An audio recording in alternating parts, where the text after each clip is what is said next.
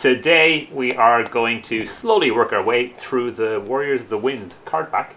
So this is the clan pack focused on the unicorn. So the majority of these cards are going to be unicorn focused. But there are a handful of clan-specific ones for the other clans, and of course there are a couple of neutral ones near the end. So it's definitely worthwhile getting an idea. And Eoin, I know you've had a lot of fun with some of the cards out of this pack already. So is this one you're looking forward to as a crab player? Yeah, I mean, it's got the Rhino, and I like the Rhino. I'm a little bit less convinced about Hida Suru. I think he's fine, but I'm not sure he's doing anything really strange in it. But the Ivory Kingdom's Unicorn, as his actual name is, the Rhino's got a lot of potential. I think the Rhino is going to see quite a lot of play. Other stuff in the pack that's interesting. Well, I mean, the crab have been. A lot of crab players have been very wedded to the unicorn splash for ages, so they're going to be interested in, hey, what conflict cards are there here that might be interesting? And the conflict cards. I think there are some good options. I think there are some good options for crab. Once we get through them, I'll say the one I'm thinking of. But there are definitely options there. And Justin, I know you've been playing a little bit of Unicorn recently. What are your perceptions of the current state of the Unicorn clan, and how do you feel this pack will add to that? Oh well, I mean, they're doing quite well. Like, they've had some significant success, at least in Swiss tournament, at least in the Swiss portion of tournaments in recent weeks and months. HMT, there's a surprising amount of support for HMT in this, and I wouldn't be surprised to see HMT, really push on and start to threaten elimination brackets. Cheryl Shinjo, I'm a little less convinced about, just because, Cheryl Shinjo is looking basically to capitalize from about turn 3 onward.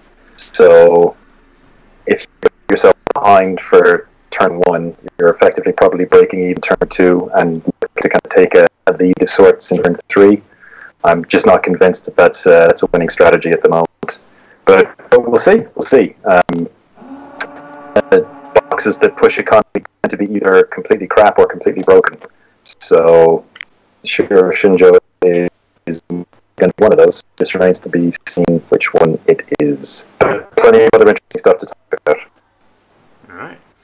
And I've been playing a little bit of Unicorn myself in preparation for this particular pack review. I have to admit, they are a lot of fun. I definitely enjoyed playing them. And yeah, they seem to have definite burst potential that we don't often see in the rest of the environment necessarily. There are the terrifying turns where they end up taking your last 2 provinces on turn 2, which is pretty crazy. But of course, that is specific to one of their other strongholds. Alright, let's start with the first card. So this is Cheryl Shinjo. So it is +1 province strength, which is very low. It is a castle. It is reaction. After you collect fate during dynasty phase, choose an opponent and bow the stronghold. Gain 1 fate for each face-up non-stronghold province controlled by that player. It's got 10 starting honor, +6 starting fate, and 10 influence. So yeah, Justin, you'd started into it. Give us a few more of your thoughts on this. Yeah, okay, so the biggest number on this is the +6 starting fate. So immediately you're starting the game 1 fate behind, which is not insignificant, and has plenty of implications for, I mean, you're not going to be building any kind of bitstick out of this, basically, because you're just not geared toward it. Anyway, that aside. So on turn 1, you're going to produce 6. You're going to produce 6 fate. On turn 2, assuming you manage to flip up 2 of their provinces, which isn't a given, but it's not particularly far outside the realm of possibility. Then you will be producing 8 fate on turn 2. So you'll have the 6 plus the 2 with the stronghold. So on turn 2, you would effectively expect to have broken even with an ordinary box without having an ability. And then from turn 3 onward. Yeah, and that's no ability and extremely low province strength. Yeah, and +1, I mean, yeah, the +1 province strength, if they get to stronghold, they get to your stronghold. Like, it's probably it's the least important number on a stronghold. So from turn 3 onwards, you would be hoping to have flipped 3, maybe 4, and that's when you kind of start to take off and exert a production advantage, which you can turn into onboard advantage, hopefully. So that would seem to push this deck toward a mid-range build where you defend early and accept the loss of a few provinces, and then from turn 3 onward you start putting out very, very chunky bodies like 4-cost characters with additional fate, with an additional 2 or 3 fate. And over the course of a couple of turns you simply choke the board with too much value, like so much value that your opponent can't come back. I don't know, that there could be, I mean, obviously, like, a stronghold like this that really has no ability outside production, and production being essentially the wellspring of everything you do in the game, is an absolutely huge array of potential and possible avenues you can take with this stronghold. But you still have to face into that kind of turn 1, turn 2 hole where you are absolutely behind. So it's in a world where, you know, HMT is going to be very possibly just a hugely aggressive monster. You are very much in trouble in the mirror match if you're facing a unicorn player who is playing HMT. Just when you're talking about that, you're talking about being a little bit more defensive early, but if you're being defensive early, that means you're not flipping provinces, so you're never actually getting that extra fate. This is, I mean, there's more than one way to be defensive. You can go to kind of semi-forgotten cards like Mode Fury. You can play Assassination maybe, which will slow down other people. Again, you've got 10 starting on. That's maybe not the most wonderful option. The thing is, in order to make the most of this, you have to be flipping provinces, your opponent's provinces. The trouble is that because you start behind, being aggressive with this deck is harder. You don't have any ability on the stronghold to reinforce that or to create a specific identity for what you're going to build. So it's a genuine, like it's a puzzle box. You're given an awful lot of resources to do something with, but basically you have to survive, or you have to get to turn 3 at least in some kind of reasonable position or reasonable situation. You can't be too far behind on turn 3, or else the production that you have, you know, is going to be put toward trying to stay off loss rather than actually turning the screw and attempting to win. So, you know, it's an interesting box from that point of view. As I said, the direction that occurs immediately is more of a mid-range build where you defend as well as you can in the first couple of turns, while maybe using, you know, 1-drop characters or conflict characters to scout provinces and basically flip things over. And from turn 3 on, you start putting significant bodies on the board with fate, and over the course of another couple of turns, you basically outvalue your opponent on the board and win that way. It's not a strategy that I would be comfortable playing, but that said, I would also say that it's entirely possible there are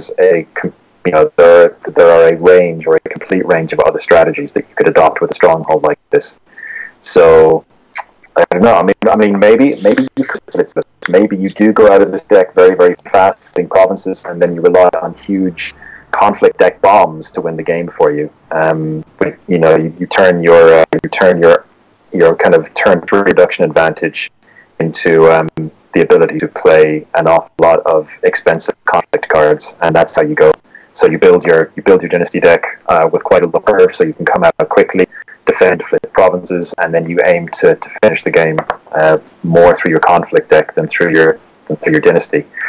I don't know, like, just there's a large range of possibilities with the deck, and it's going to take an awful lot of exploration to figure out where something this kind of amorphous goes. It's an economy box, like I said. These tend to be either rubbish or broken. There's very, very rarely a happy middle ground. So we'll find out in due course. Yeah, just a matter of working that out. Just a matter of working that out. Yeah, absolutely. absolutely. So we'll see in due course where this ends up. Like feeling this doesn't seem good, but that means it's probably brilliant. So, Owen, this strategy of playing a little bit more of a conservative early game to try get those resources ahead and then grind out the late game is one that has been very successful for Crab. If this was a Crab card, is this one that you would be playing? Ooh, good question. And one extra fate is actually a lot. So if you can get to that 8 or 9 fate on turn 2 through shenanigans, yeah, it starts to pay off. I mean, if you look at the metagame at the moment, it's dominated by trying to pass first as being this incredibly important thing in getting ahead in the game. Yeah. A little incremental advantage. And getting farming fate off the right ring is actually incredibly important. That said, Unicorn has a couple of supporting cards to make it better revealing provinces. So they are at least interested in doing something like this. I really wish their mirror card for Talisman of the Sun was free rather than costing 1. Because then at least you could be like, well, okay, let's go attack a province. Let's pop over to the next province. Hey, I revealed 3 of yours this turn. Awesome. I'm a line thing. Instead it costs 1 for reasons that... baffling reasons. Because, you know, most of them you don't want to reveal people's provinces early. Yeah, I mean, you could try... Like, look at this in Crab. Crab don't have the support for this. Would they be interested in it? Maybe, but the Crab box is pretty good defensively. I suppose. I don't know. Like this is a janky box that might turn out to have a lot of play. I mean, you could go, hey, you make Aranat into this turn 1. Woo! Eggs basket all there. I try to be like, oh, ooh, I would. Ooh, so brave, so brave. Now, one of the things in theory you can do this is you can drop a 1-cost character and attack. You know, and then obviously if things work out for you, you can drop a bonsai, you could drop a fine katana, you could drop something to try to take that province. And if it doesn't work out, at worst you're getting your fate refunded. So you know, maybe we're talking about a few early pokes initially and some opportunistic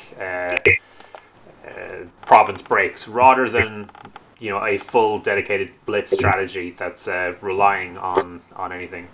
But yeah, I have to admit that you're giving up a lot from the get-go. Like I almost kind of question why this isn't 7 already, because at 6 you're having to make up from your deficit from the get-go. Now you can pretty much guarantee revealing a province straight away, or can you? Yeah, you can make. Yeah, I mean, yeah. They can't deal with just make someone attack. I don't know. I think at +7 you'd be digging yourself a grave. Really, you'd probably have to hand this card in short order. I think at +7 being a 9 turn 2 would break people. I think it's probably too weak at +6. It's definitely too strong at +7. 6.5. Just 6.5 would be just right. Yeah, I think it's one of those, like, economy boxes in general, economy edges in games are traditionally very difficult to balance. Everyone's got an idea for, no, let's do some acceleration. Oh, it went wrong again, as it inevitably does. So yeah, I mean, interesting box. I think the problem is that, you know, the new box HFT's just gotten so much support. Yeah. Not the new box, but the middle box has gotten so much support. It's getting so much support. This guy's going to go on a buyer and sit there for a while, and then maybe someone will come up with a cool idea for it. You know, I kind of look at that 10 honor and go, could we not nudge the numbers up in there a bit? Maybe make that the honor running unicorn box. Maybe that was too strong. I don't know. Yeah, and I'm surprised. Maybe nudge up that 10. I would have nudged up something else. Yeah, maybe low province strength could have gone up or something like that. It seems a bit strange. To muddy the waters a little bit. I think 1 province strength is kind of a unicorn thing. But maybe muddy it up somewhere, honor up a little bit or something. just to be like, oh, this is the honor running box. I don't know. Yeah. They're just going to try and take 3 provinces off you in a turn. Why are they playing this box? You know, that's what they want to do. Thunder of hooves, rar. And you know, I mean, I certainly can't blame them. That is what they love, what they like. So, you know, who are we to say otherwise? Cans Ordu. So this is a fire province. It is 4 province strength. It has reaction after this province is revealed. If the current conflict is political, switch the conflict type. Each conflict declared this phase is military instead of its normal type. So Owen, maybe you can start us on this. Yeah. It's fire province. That's the first thing we'd have to look at, and it's 4 province strength, so it's perfectly middle of the road. Fire province is competing really with, theoretically, it's meditations primarily. Theoretically, there's a couple of provinces coming up in one of the news cycles. There was an interesting looking fire one. It discarded an attachment on an attacker, but Unicorn are much more about offense. And this one plays into their, okay, let's play for all the military marbles. I can see this one sometimes being really awesome, and it flips, and all of a sudden it's military, and each conflict declared this phase is military instead of its normal type. Would this one make on the stronghold? It might. It might, just to bamboozle people a little bit, but I think Unicorn will win long before their stronghold is threatened with their +1 province strength. There's a combo here with Border Fortress. If their Border Fortress is revealed, Unicorn can flip Cons Ordu up and say, hey, now it's military, and all of the other conflicts this turn are military. Which can hurt some clans. I mean, Scorpion would not be usually a big fan of every conflict being military this turn. Crane similarly will be a bit dodgy on the subject. Most of the time. But yeah, it's like if you're a Unicorn and you want every conflict being military anyway for the most part, yeah, there is some playing to this deck. The fire slot is not... It's not insanely competitive. It's kind of mid-tier in terms of, you know, like it's not void, like basically, or to an extent there. So yeah, I think we'll see some play. I kind of think it's going to cycle in and out, depending on what people are playing. They're getting a lot of ways to switch to military though. So yeah, I look at it and kind of go, yeah, I mean, your Unicorn just flips up the right turn, happy days. So long as it's not turn 1, you think you're like, awesome. Even turn 1, that's probably pretty good for you, because if you're usually pretty weak politically, and then turn 2, it's bonanza time. It's like, yes, awesome, you know, 2 military cracks at the province. So yeah, I think that's going to see some play. I think it's going to see some value. Okay, yeah, I think you've covered a lot of it. Anything to add, Justin? Not a huge amount. I mean, this is very much a HMT province. I don't think you're going to see it outside HMT. Essentially, like, its main competition is meditations on the Dell, and that's fairly. Cans Ordu is also fairly hit and miss, but you've got essentially what you've got is you've got a rally the cause with a built-in bonus, potential bonus. And it does mean as well that as HMT you can basically ignore politics and political conflicts, or you know, it contributes to the range of cards that effectively allow you to forego basically assigning any deck slots in your conflict deck to winning political battles and just go all in on military, which is a very, very focused deck.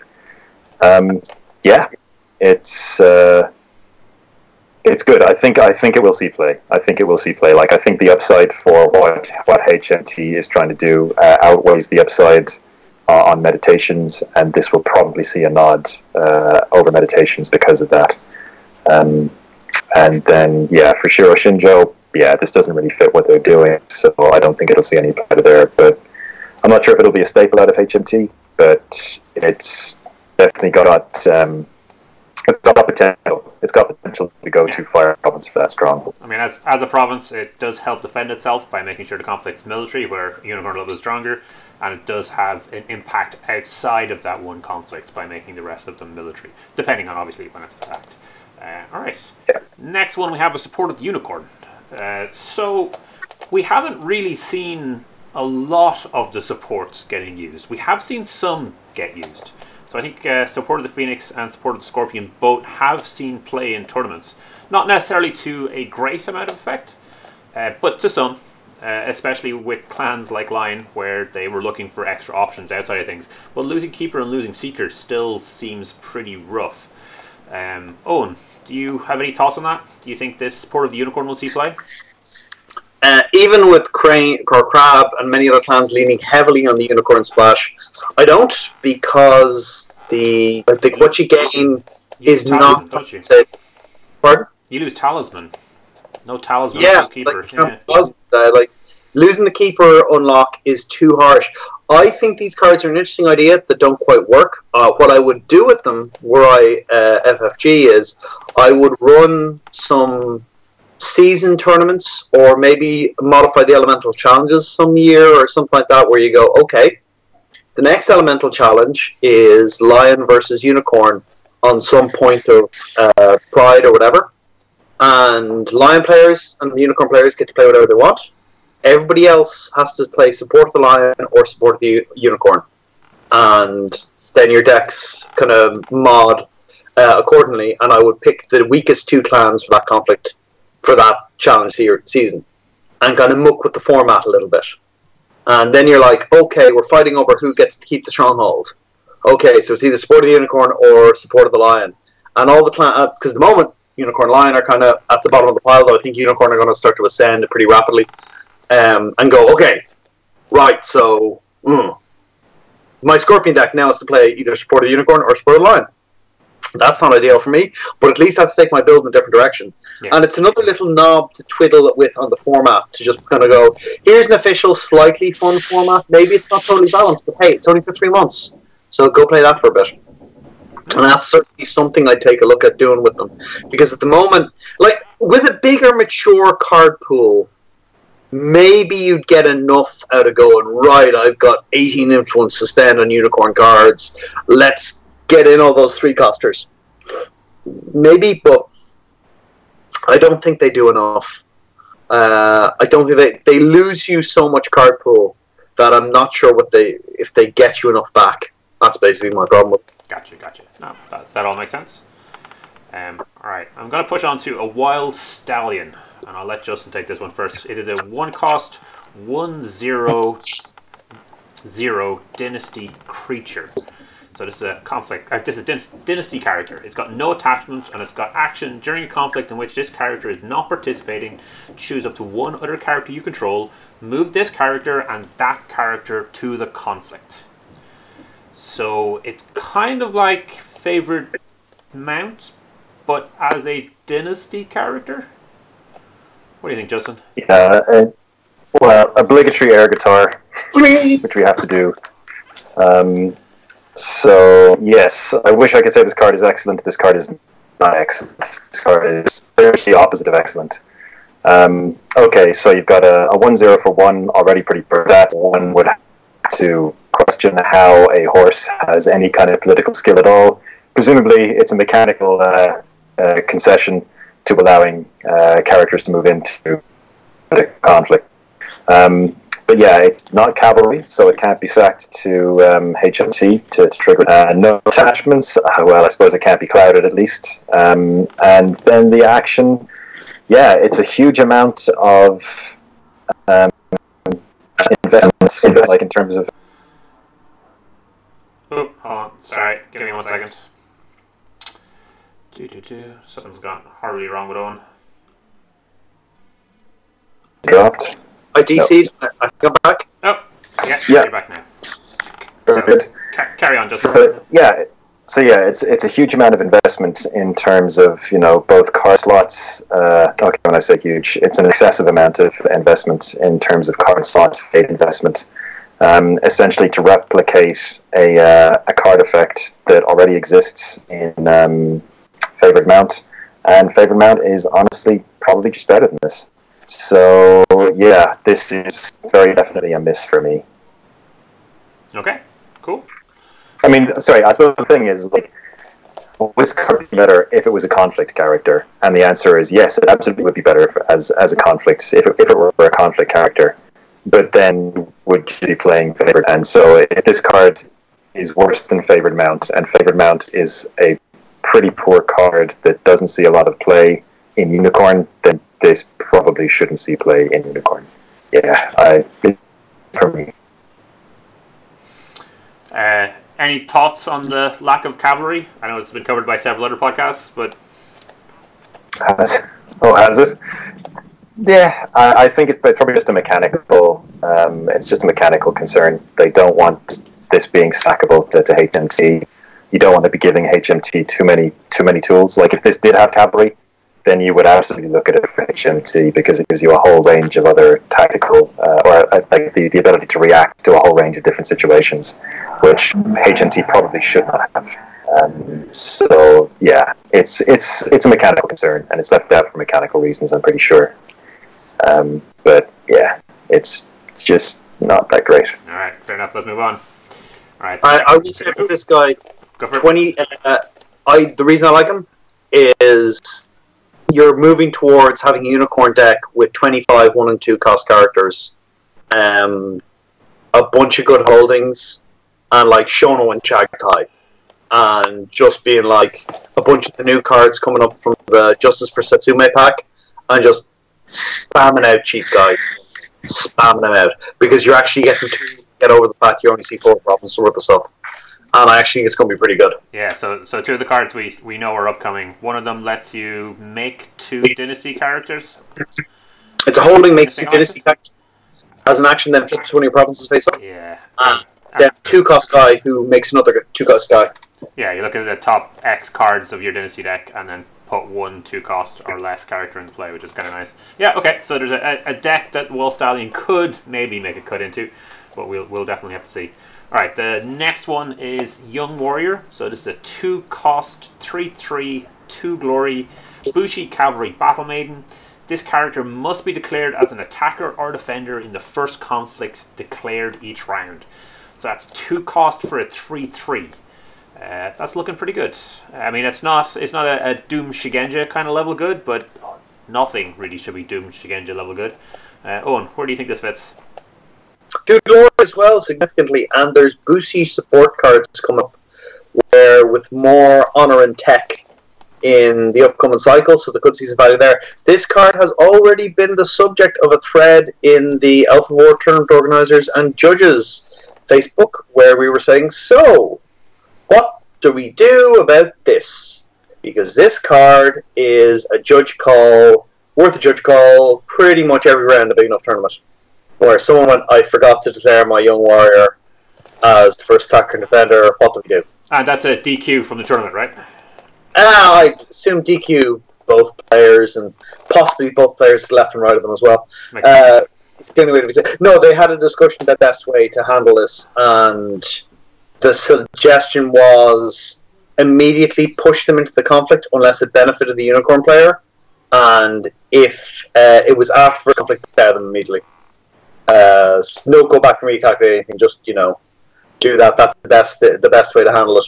But we haven't got a final rule. I don't think it was a final consensus, but it was the best consensus we had. But it's a problem because it's like Casada. It's a trigger you can miss, but massively affects the game state. Yeah. And how do you go back and fix the problem? Yeah. So the cavalry player can't choose to not include it, and if they forget to include it, yeah, it's certainly a tricky one. Because you could have something like someone go, oh, I forgot to bring him in. He should have been in the battle, I'll just bring him in now. And your opponent's like, well, I've already defended and played 2 cards, and you didn't, that wasn't there. And so it's a headache for it's a headache for the player. I think we were saying that it should be better as a forced reaction if it's not declared ballot. So then at least you can be just like, well, forced reaction, that's bad, because that's easier to fix. Well, but yeah, even then you can forget to trigger a forced reaction. You can, but it's easier to fix, basically. Yeah. You're like, well, that one, tough luck, So apart from that slight annoyance, is this card going to see play? I think it will, because they're getting enough stuff to synergize with cheap guys, enough ways to make cheap guys more effectively. And it's a chunky enough body, to be honest, and it's got that high glory that is the way of the battle maidens. Like, if you manage to dishonor, it's still at least 1-1. Yeah. So that's something. And if you do manage to honor it, hey, it's 5-5. That ain't bad. Yeah, a lot of these Bushi cards that you had mentioned coming up soon, a decent number of them seem to involve honoring your characters as well. Yeah, quite a few of them do. And I mean, it's another way for Unicorn to go, well, what ring do I go for first? And if you got this person out of fate on them, it's like, hey, let's go fire. Yeah. Let's attack in, young warrior, fire. And your opponent's like, ooh, that's an ugly first turn attack. So yeah, I think there's value, and importantly, 3 politics as well. You're going to be trying to switch into the military, but having that additional option is tasty. It's very tasty. Yeah, that's true. And Justin, you're familiar with 3/3s, not necessarily for 2, but how do you feel about this? No. Pretty decent. The drawback is more of a drawback than I think it first appears. You can find yourself in some pretty awkward situations when you are forced to commit characters. So yeah, I mean, it's definitely a drawback. 3/3 for 2 is pretty nice. When you take a look at the competition she's going to have to face to make it into decks, I don't see her unseating Border Rider, who is just superb. There is serious competition, I think, in the next card we're going to see as another 2 slot. I think the next card is better. All right, we'll move on to the next card, and you can keep talking. Yeah, absolutely. So I think the Young Warrior is a good card, but I'm not sure if she's going to make it. There are a whole range of other, just slightly better cards that will get in ahead of her. All right, so let's talk about the Shinjo Trailblazer, and then you can tell me your thoughts on that in a second. So it's a 2 fate character again.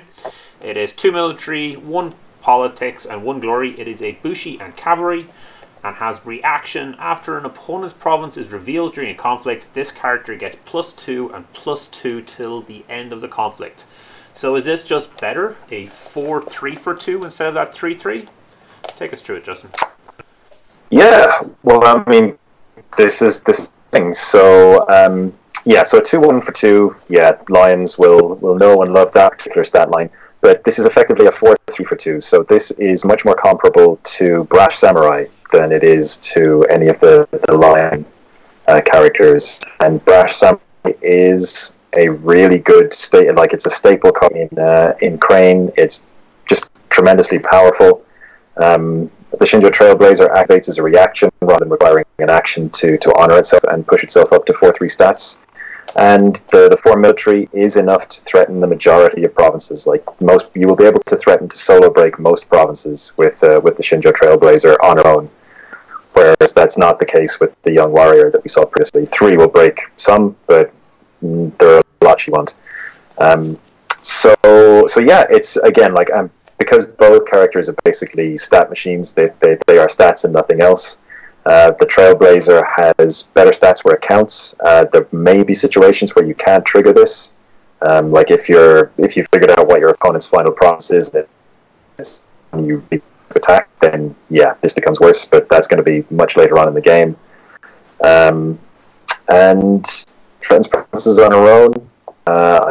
This seems to me like just more than an automatic include in Blitz decks. This is like a solid card to include in just about any Unicorn deck. 4/3 for 2 is something that really can't be ignored. Very, very powerful, and yeah, just better than Young Warrior. So one of the nice things about revealed provinces, you know what you're getting into, and a lot of the time they're safe provinces, especially if you've already received or revealed the Khan's Ordu, attacking it again isn't going to be a problem because it's not going to trigger. So if you've got the Shinjo Trailblazer, and let's say you have the Stronghold as well, and you've got a nice farmable blank province that you just want to get, that you're happy to destroy, do you have to attack another province instead to get that Shinjo Trailblazer bonus and to get your extra fate from the Stronghold? From Shinjo? Yeah. I don't know. I think I think this is. That's kind of venturing into a whole list of hypotheticals. Yeah, that's fair. That's fair. It's just pretty hard to judge. But just on pure stats alone and on pure numbers for what you pay, the Trailblazer is just an excellent card, and doesn't have the drawback of being forced to commit on the first attack or defense. So it saves the hard-working judge some headaches. It keeps your own options open, and just offers more for what an aggressive deck is going to want to do. So, which is not to say that the young warrior might not see play, but I think if it comes down to it, the Shinjo Trailblazer.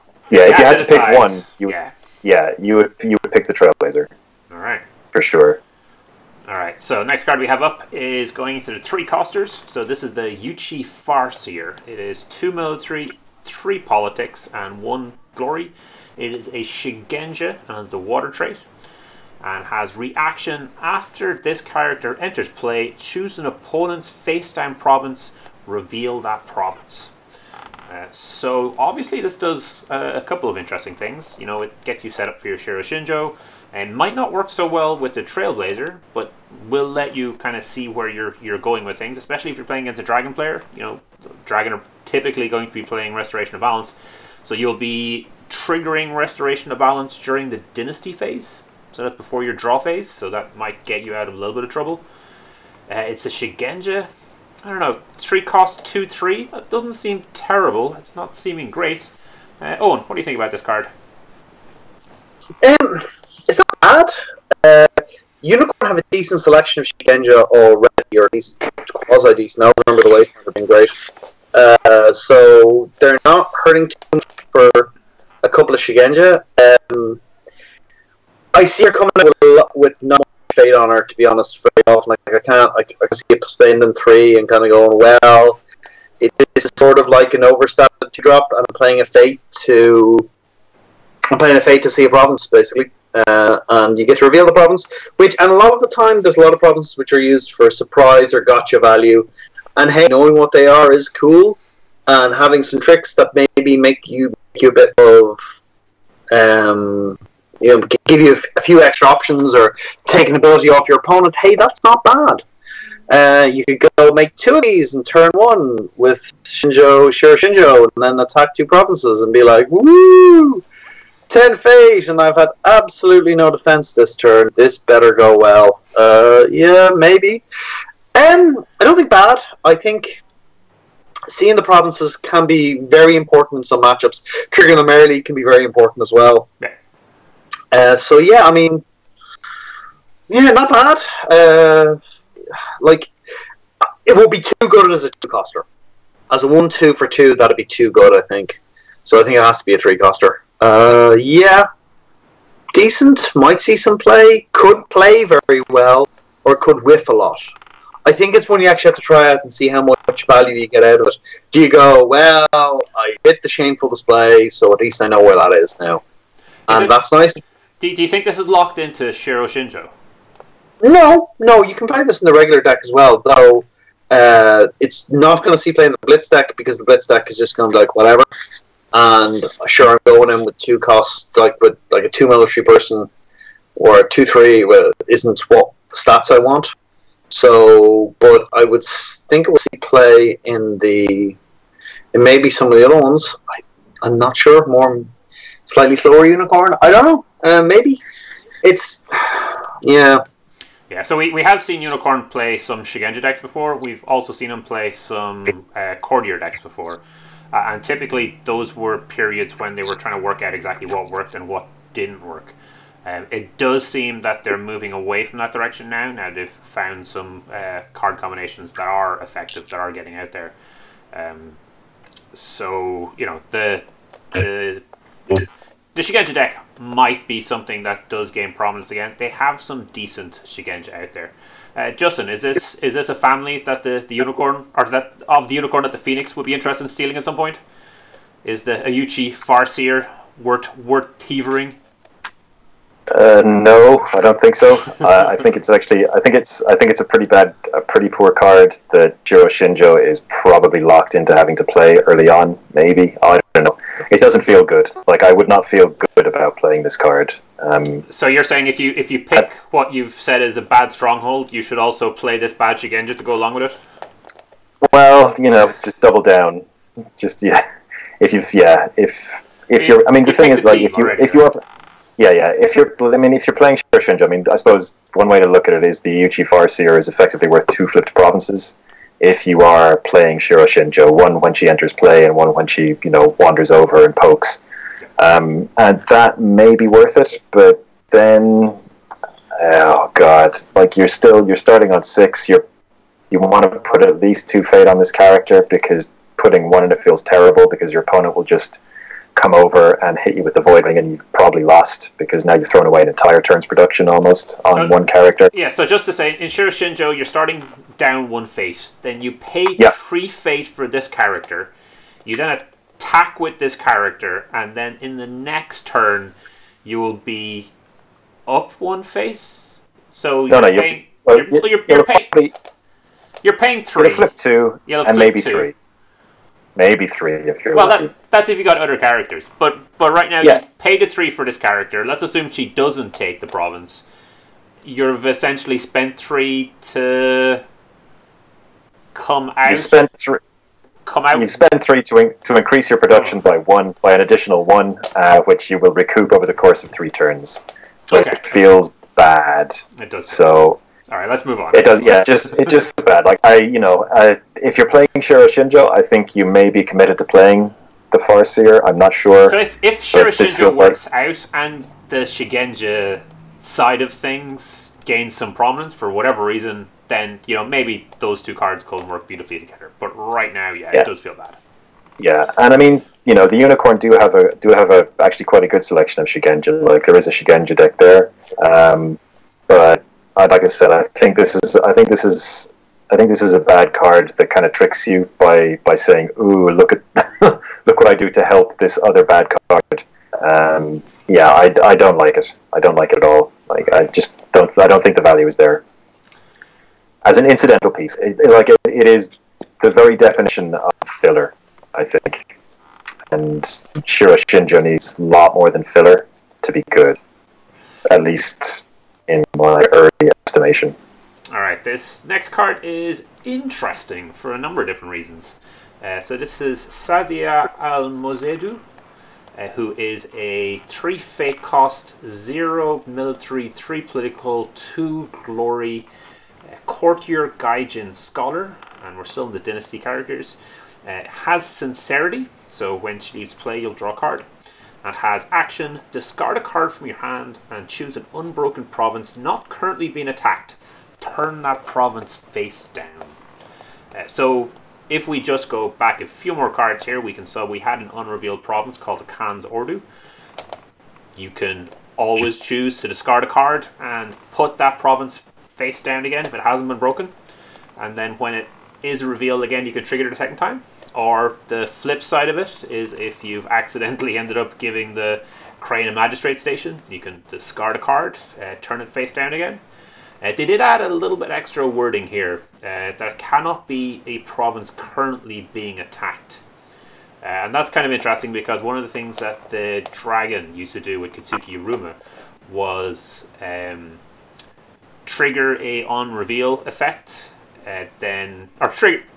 not necessarily on reveal, but you could gain a fate from your province, then charge in Kitsuki Uruma, would put the province face down, and because the conflict was there, immediately turn face up, and you could use the ability again. So they've added a little bit extra wording to work their way around this.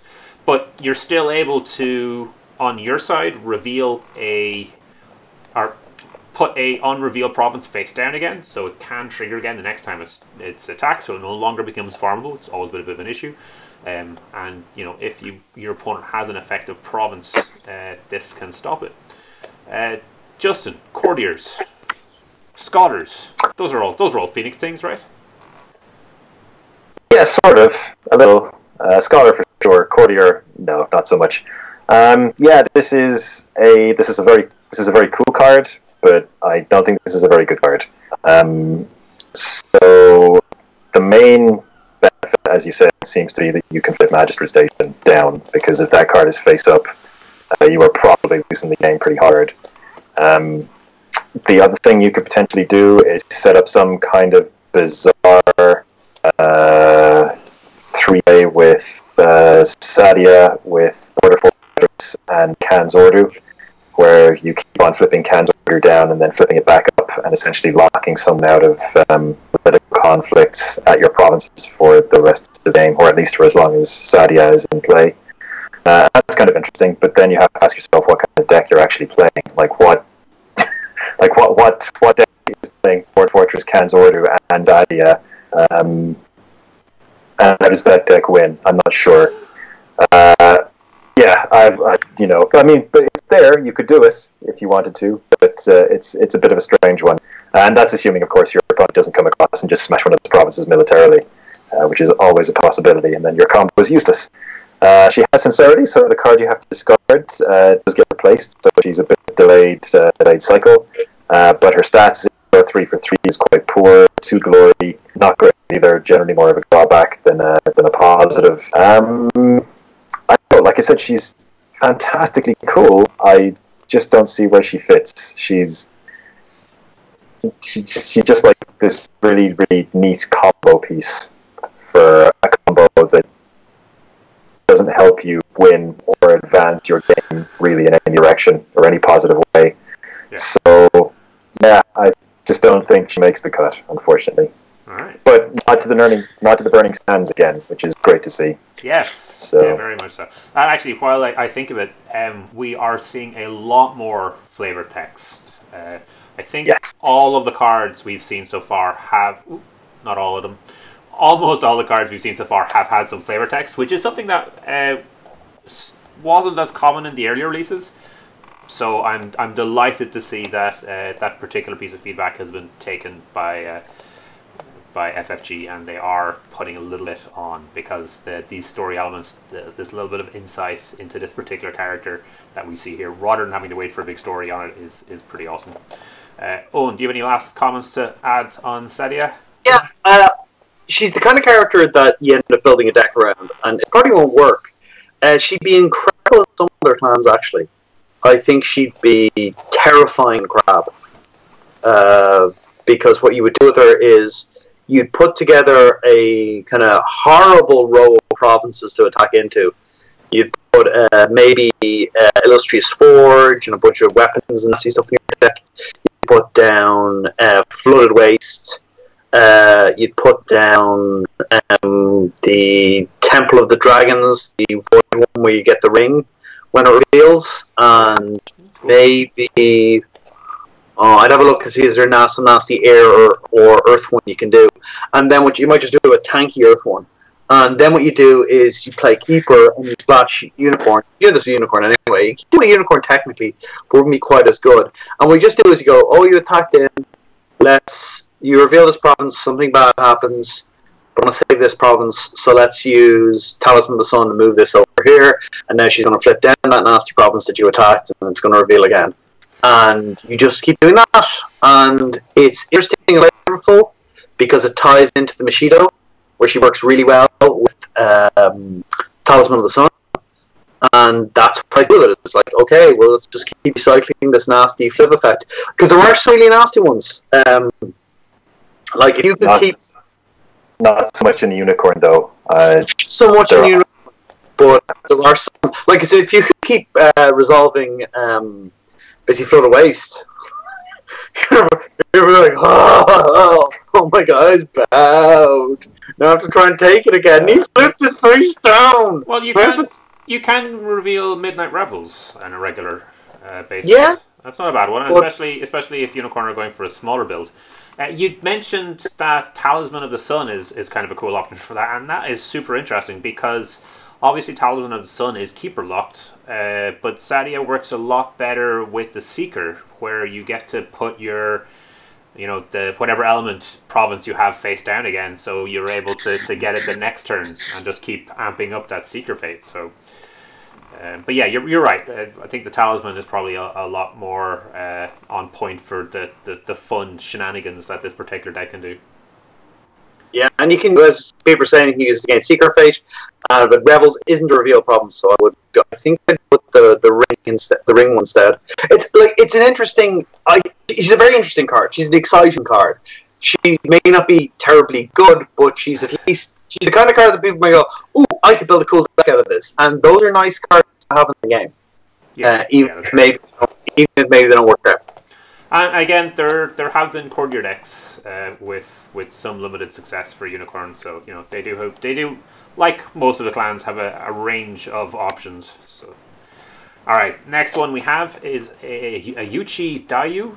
It's a 4-cost dynasty character. It is 3 military, 3 politics, 2 glory, Shigenja, water, cavalry, daimyo. So this is the daimyo of the Yuchi family. Action: during a conflict, choose a character. That character gets +1 military until the end of the conflict for each face-up non-stronghold provinces your opponent controls. So this is basically bonsai every turn, Justin. What do you think? Yeah, it could end up there. I mean, obviously you need to flip all 4 provinces, but yeah, this guy's actually pretty decent. 3/4 is pretty milling. It's on the lower end of what you'd expect for 4 costs. 2 glory, again, bit of a drawback more than a help. Shigenja, prone to getting bowed by against the wave, which is quite prominent at the moment with Phoenix's popularity.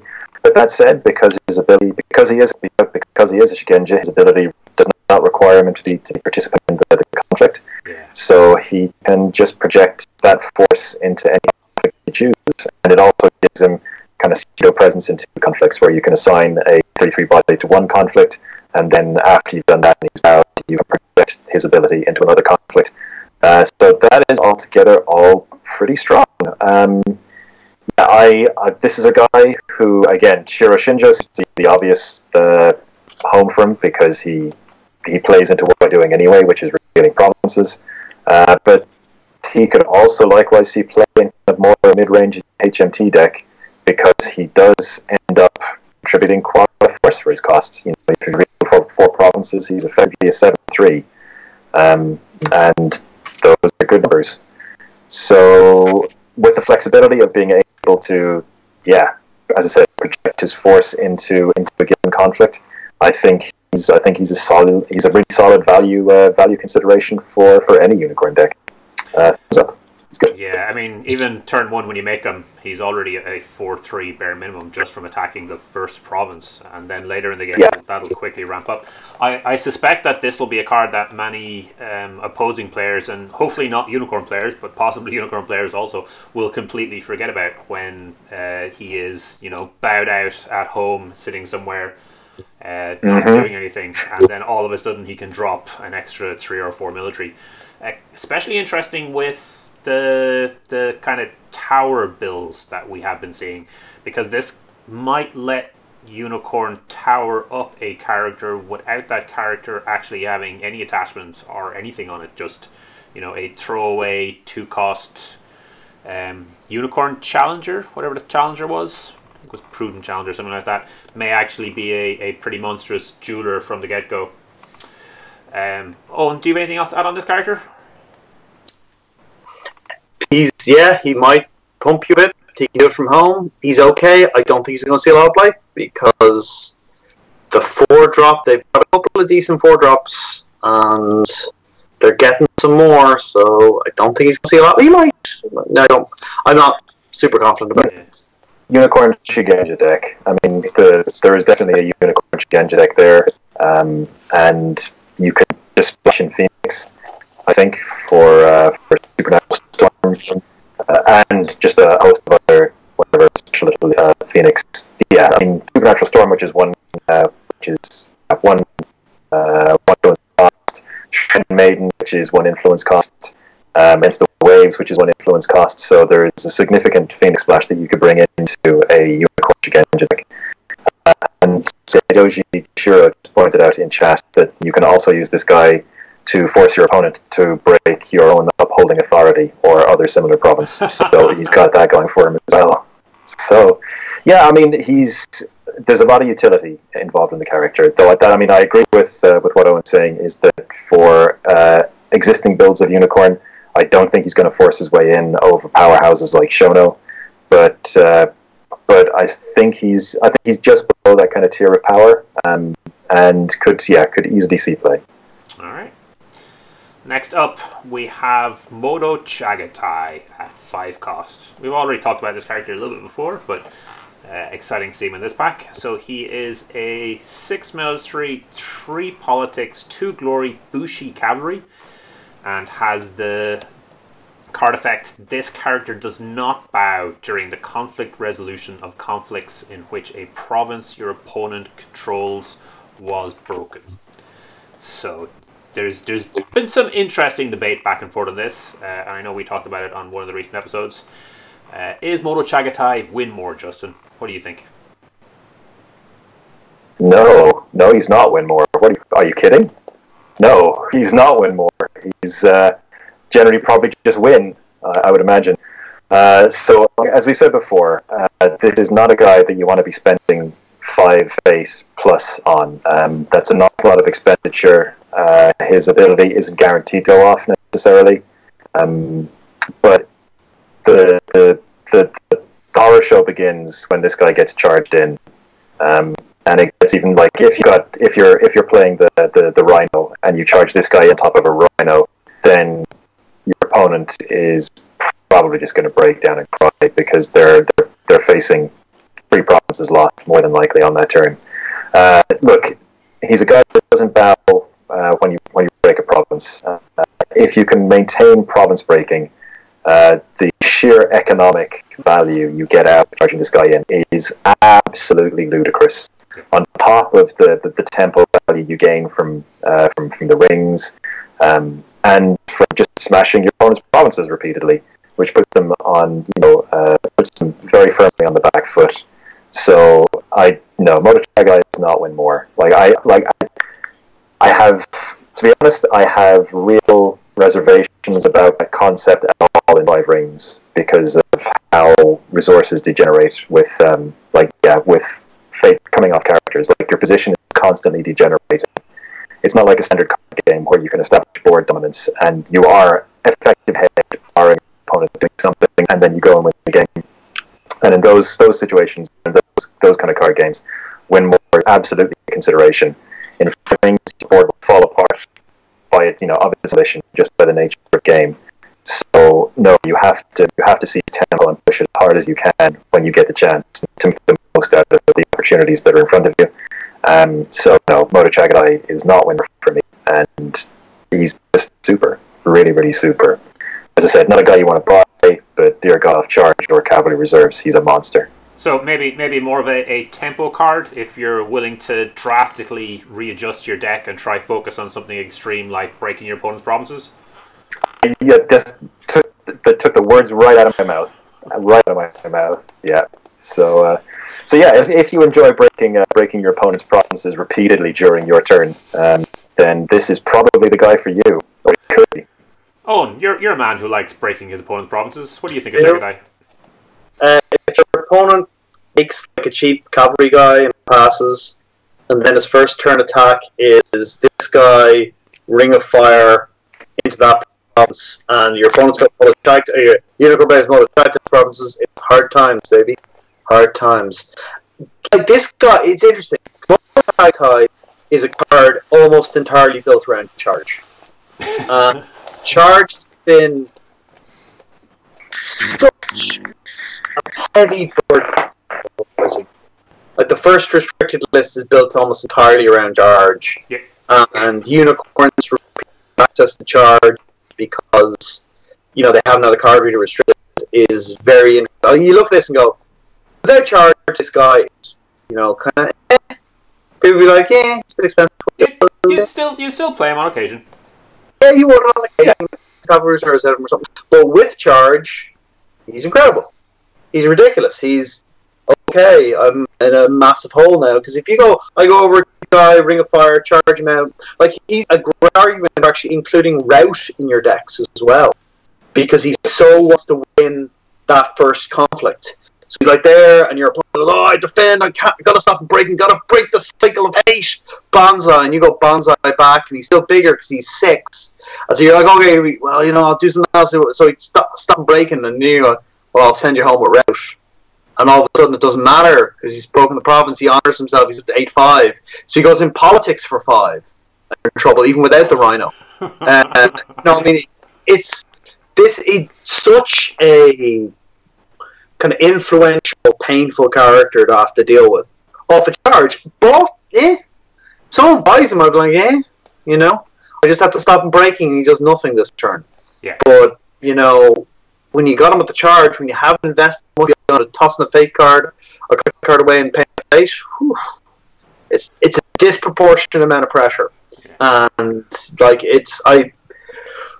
I think he's a very difficult character to deal with. You'll have bad flips in Moto Jacket. Like you'll have guaranteed stories of, I flipped Chagtai in a charge turn 1 and I lost the game. You'll hear that all the time.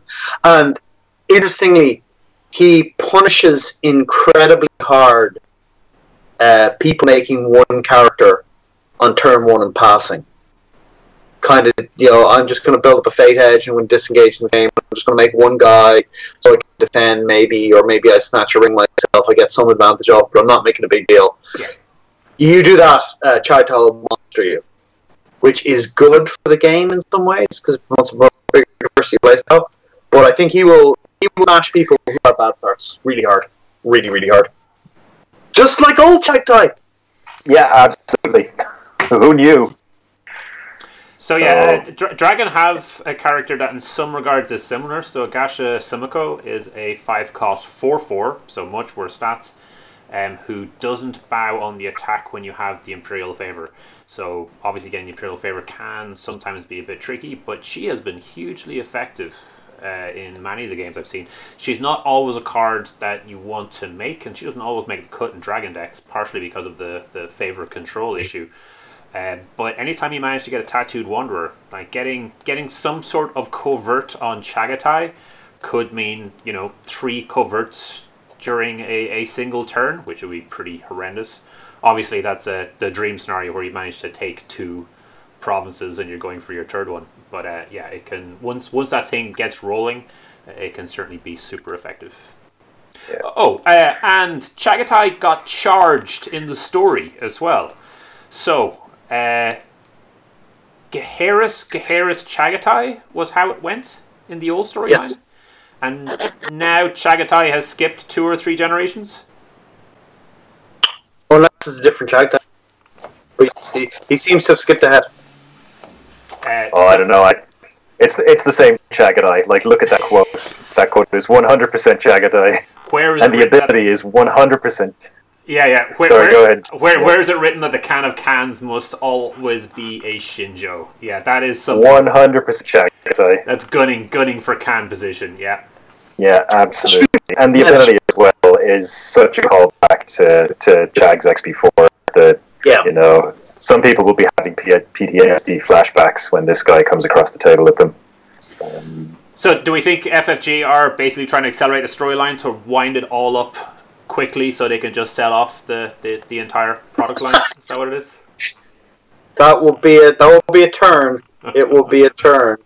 They're making a mistake, you know, pushing this MMA guy, you know, over some homegrown talent. Like, why doesn't come up with this push? You know, yeah. So what we can expect, you know, so in 2021 we can expect from WizKids, Legend of the Five Rings, yeah. Something to look forward to. Cycling down, Privateer Press in a bold new direction. We're going to fight the Clan War in full metal fantasy. Really, guys? We're going this way? Okay, let's see that. No. Hey, I'll buy that. I'm already I've already started lining up my Perry Samurai miniatures and painting them in dragon colors, so I'm way ahead of you guys. Alright, let's move along. Aranath. So this is a 6-cost character, just when you thought 5 was too expensive. It is 6 military, 6 politics, 0 glory.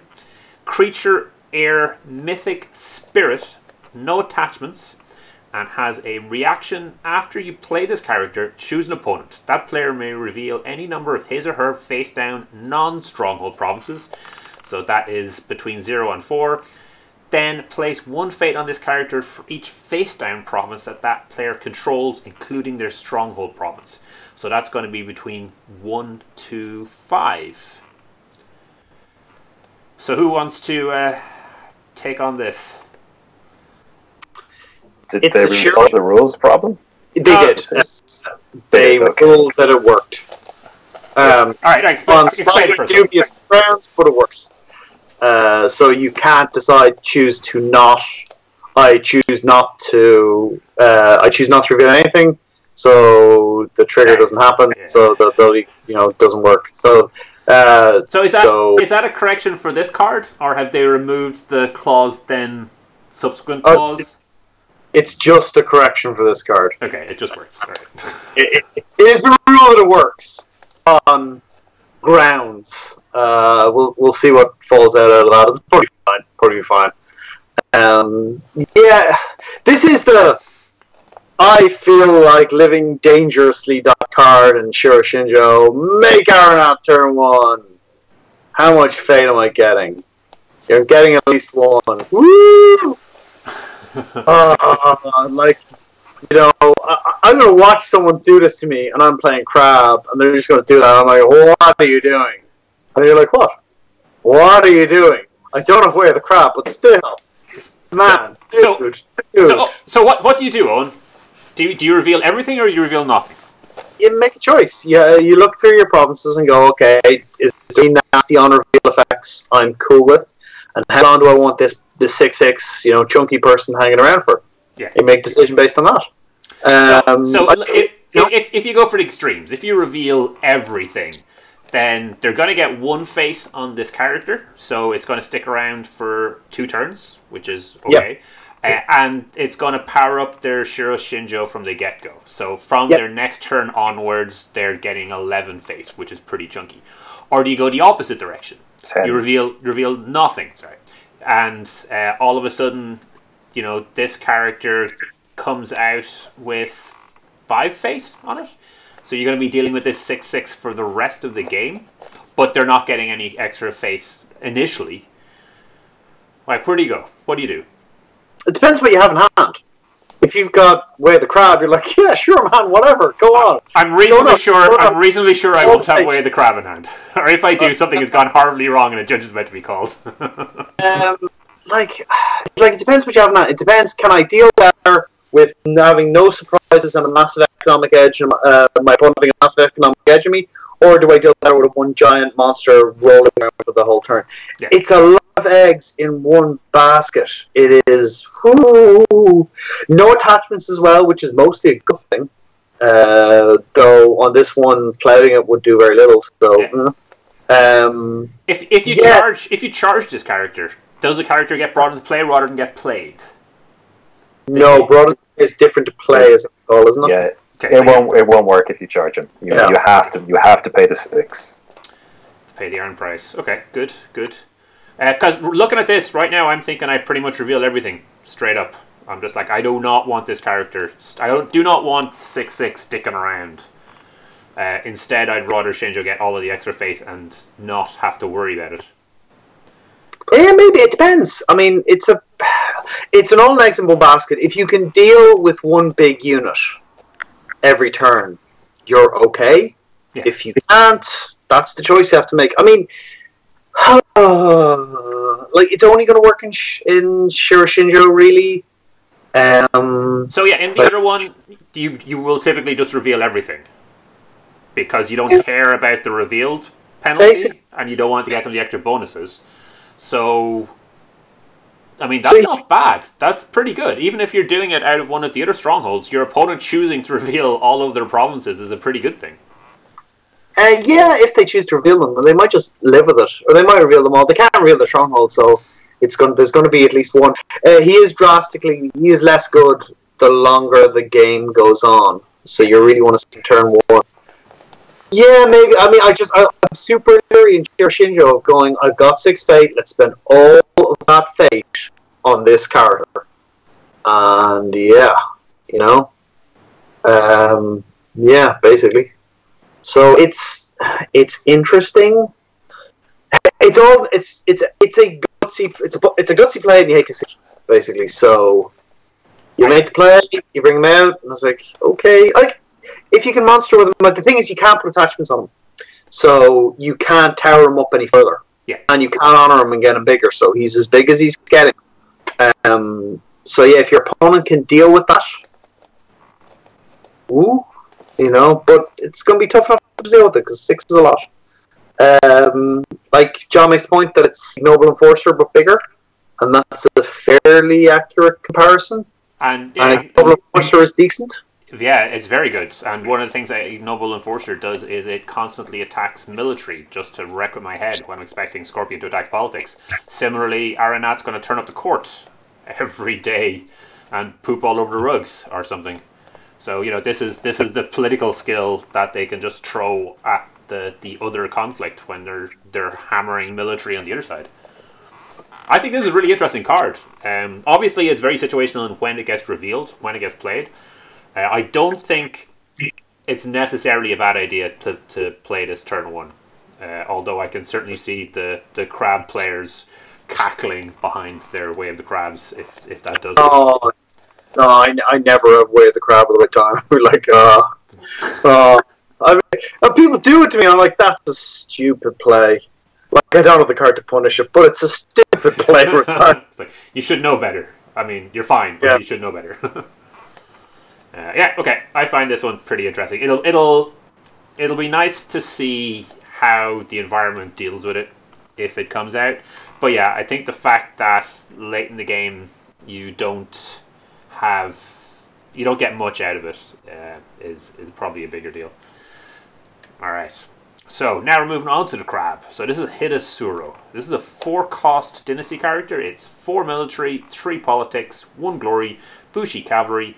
Reaction: after a character is moved to or played into a conflict in which this character is participating, until the end of the conflict, this character gets +1 military and +1 politics unlimited. What do you think, Eoin? Hey, it's Hidasura's work. Hidasuru, the lesser spotted Crab Clan cavalry card from Imperial Edition. He has brought his provisions with him. He has yet to eat them. Yeah, pretty much. So he is a kind of. Actually, I'm sad he's missing his really. He's meant to have a really monstrous, ornate crab-like helm and armor that they kind of got rid of, presumably because it looked in a more realistic, less stylized art. It looked a bit funky. Okay. But he's meant to have really kind of a real kind of monstrous crab-like helm, which I would have liked to see because it would be a cool visual. He's. Yeah, I mean, 4-cost in Crab is a competitive slot. You're up against the likes of Kai Shuichi. You're up against, a couple of other useful characters. Like you might be bringing in some unaligned guys at that point cost. So it's always tough. He gets big, which is not terrible. He triggers off you playing your own conflict characters. He triggers off characters in with Sean. What characters are the Crab going to play though to trigger this themselves? They're not gonna play the scout. The Ruma scout is wasted if they're dropping into it. Oh, sorry, skirmisher. Yeah, you'll play if you're playing the Nezumi, that works. The Aichi Wayfinder works as well because you can play it just target different province if you're going to play it like that. The Stoic Gunso works because you can just play him. The thing is, you can always play people at home and still trigger him for the bonus. Oh no, that's played into. Yeah. So yeah, Fight On triggers him as well, which is not bad. Fight On's a very good card. Yeah. And then if you're splashing Unicorn, possibly throwing some more stuff. He's not bad. Nor is he crazy good. If you've got a lot of cavalry in Crab, could you consider cavalry reserves? We'd have to get an awful lot of cavalry to consider cavalry reserves. Interesting, but not great. And if you manage to play cavalry reserves with Hidasuru, then he would trigger for every character that you played into the conflict using cavalry reserves? Yeah, so he's anti-unicorn, counter-unicorn in that way. But no, he's not bad or anything. Yeah, and he's good anti-1-cost characters as well. Or like the 1-cost 1/1s, which are so popular. Like you drop him in, he gets the +1/+1, so it kind of negates the benefit. But obviously, it's telegraphed. They can see it coming. Do you have any further thoughts on Hidasuru, Justin? No, not much other. I mean, the big 3 Crab, or the big three characters that get played in Crab at the 4 slot are Kai Shuichi, the Witch Hunter, and Maya Satoshi. And I think that's really Hidatsuru's downfall. Is that, like, I think he's a good character, but I don't think he's better than any of those three. And I think he would play any of those three ahead of him. So yeah, he's good, but just not good enough. And with Fight On, if you used Fight On to move Hidatsuru into a conflict, would he be able to react from his own movement? I think he would, right? Yeah, he should be able to, because he's already there. Yeah, because he's moved and it's after, and now he's there. So yeah, so I mean, you can fight him on for a 5-4. I mean, he'll rack up the stats pretty quickly, but I think he lacks kind of the synergistic abilities that really make the current top tier Crab decks tick. So that's where he falls down. Maybe down the line, if Crab get a big conflict character focus and they're dropping a lot more in conflict proactive, it might be an option, but not today. All right, so Justin, next one's for you. This is Kikita Ryoku. It is a 3-cost dynasty character for the Crane clan. 1 military, 3 politics, 2 glory, Courtier Imperial, and obviously Imperial. Reaction: when a phase begins, if you have the Imperial favor, choose a character, honor that character. So this one's kind of I don't know, it feels kind of bad. So it's a reaction, so it's going to go off once a turn, so you're going to get to honor 1 character a turn if you have the Imperial favor. So you can't buy Ryoku turn 1. Turn 2, she might still be useless. So if you buy her turn 1, you can still trigger her at the start of the Fate phase after you've got the favor from the conflict phase. Yeah, except you probably will not have the favor if you bought her, or if you did, you are paying such a hefty price in terms of tempo and surrendered provinces that maybe you shouldn't have. Yeah, I'm not really impressed by her. The stats are kind of fairly standard mediocre for a 3-cost character, 2 glory. Actually, more of a positive Crane than a negative. But yeah, like the requirement of the Imperial favor, and basically it goes off 1 turn. Seems like an awful lot to pay for an ability that Crane have in relative abundance, especially with the Stronghold coming up soon. Like the new Stronghold coming soon, where they can basically just honor once a turn for dueling, which will be probably a bit more reliable. I mean, like the Stronghold will always be there, so as long as you can duel, you'll be honoring your characters. So I think in a world where Crane had limited access to honoring effects, I think she'd be probably quite playable. But we're not in that world anymore, and I think Crane have an abundance of ways to honor their characters, and because of that, I don't see her making the cut. I see her seeing a little play if they get a dedicated honor deck, because she's a way to gain an honor with very little counterplay from your opponent. Because you can basically honor them at the start of the fate phase, and you can honor a character with no fate at the start of the fate phase and they get discarded. Yeah, that's a fair point. She's just not for now. I don't think there's anywhere she goes right now. Well, I think if you could reliably get the Imperial favor, I mean, she could be solid. Like being able to honor someone every turn isn't terrible. Like otherwise, she's like a 3/5 for 3 if you factor in the honoring effect. In fairness, but I think Crane Dynasty decks are pretty well beyond not terrible at this stage. You have to be better than not terrible to make it in. That's fair. So. The other thing I like about her is you can kind of go, your board can improve massively off her, because you have a kind of a crappy turn, okay turn with her, and then she honors herself, and then at the start of the next turn, she honors a different character, or you wait and make a big character in this, and she honors that almost immediately. So you bump people up quite quickly, which is at least interesting, because it doesn't have to happen. Like it can happen at the end of a turn, and then the start of the turn, and it's like, oh, all of a sudden, I've got 200 guys, and that's not bad. Yeah, I like the timing on the effect, because it means if you don't have the Imperial Favor when you make her, and you just manage to get it, then you'll be able to trigger it that turn and at the start of the next turn. Even if you then lose the favor that next turn, you know, you only have to have it every second turn essentially to be able to trigger her ability every turn. All right, but yeah, she's not stellar. Speaking of not stellar, this is the dragon character, Agasha Teoko.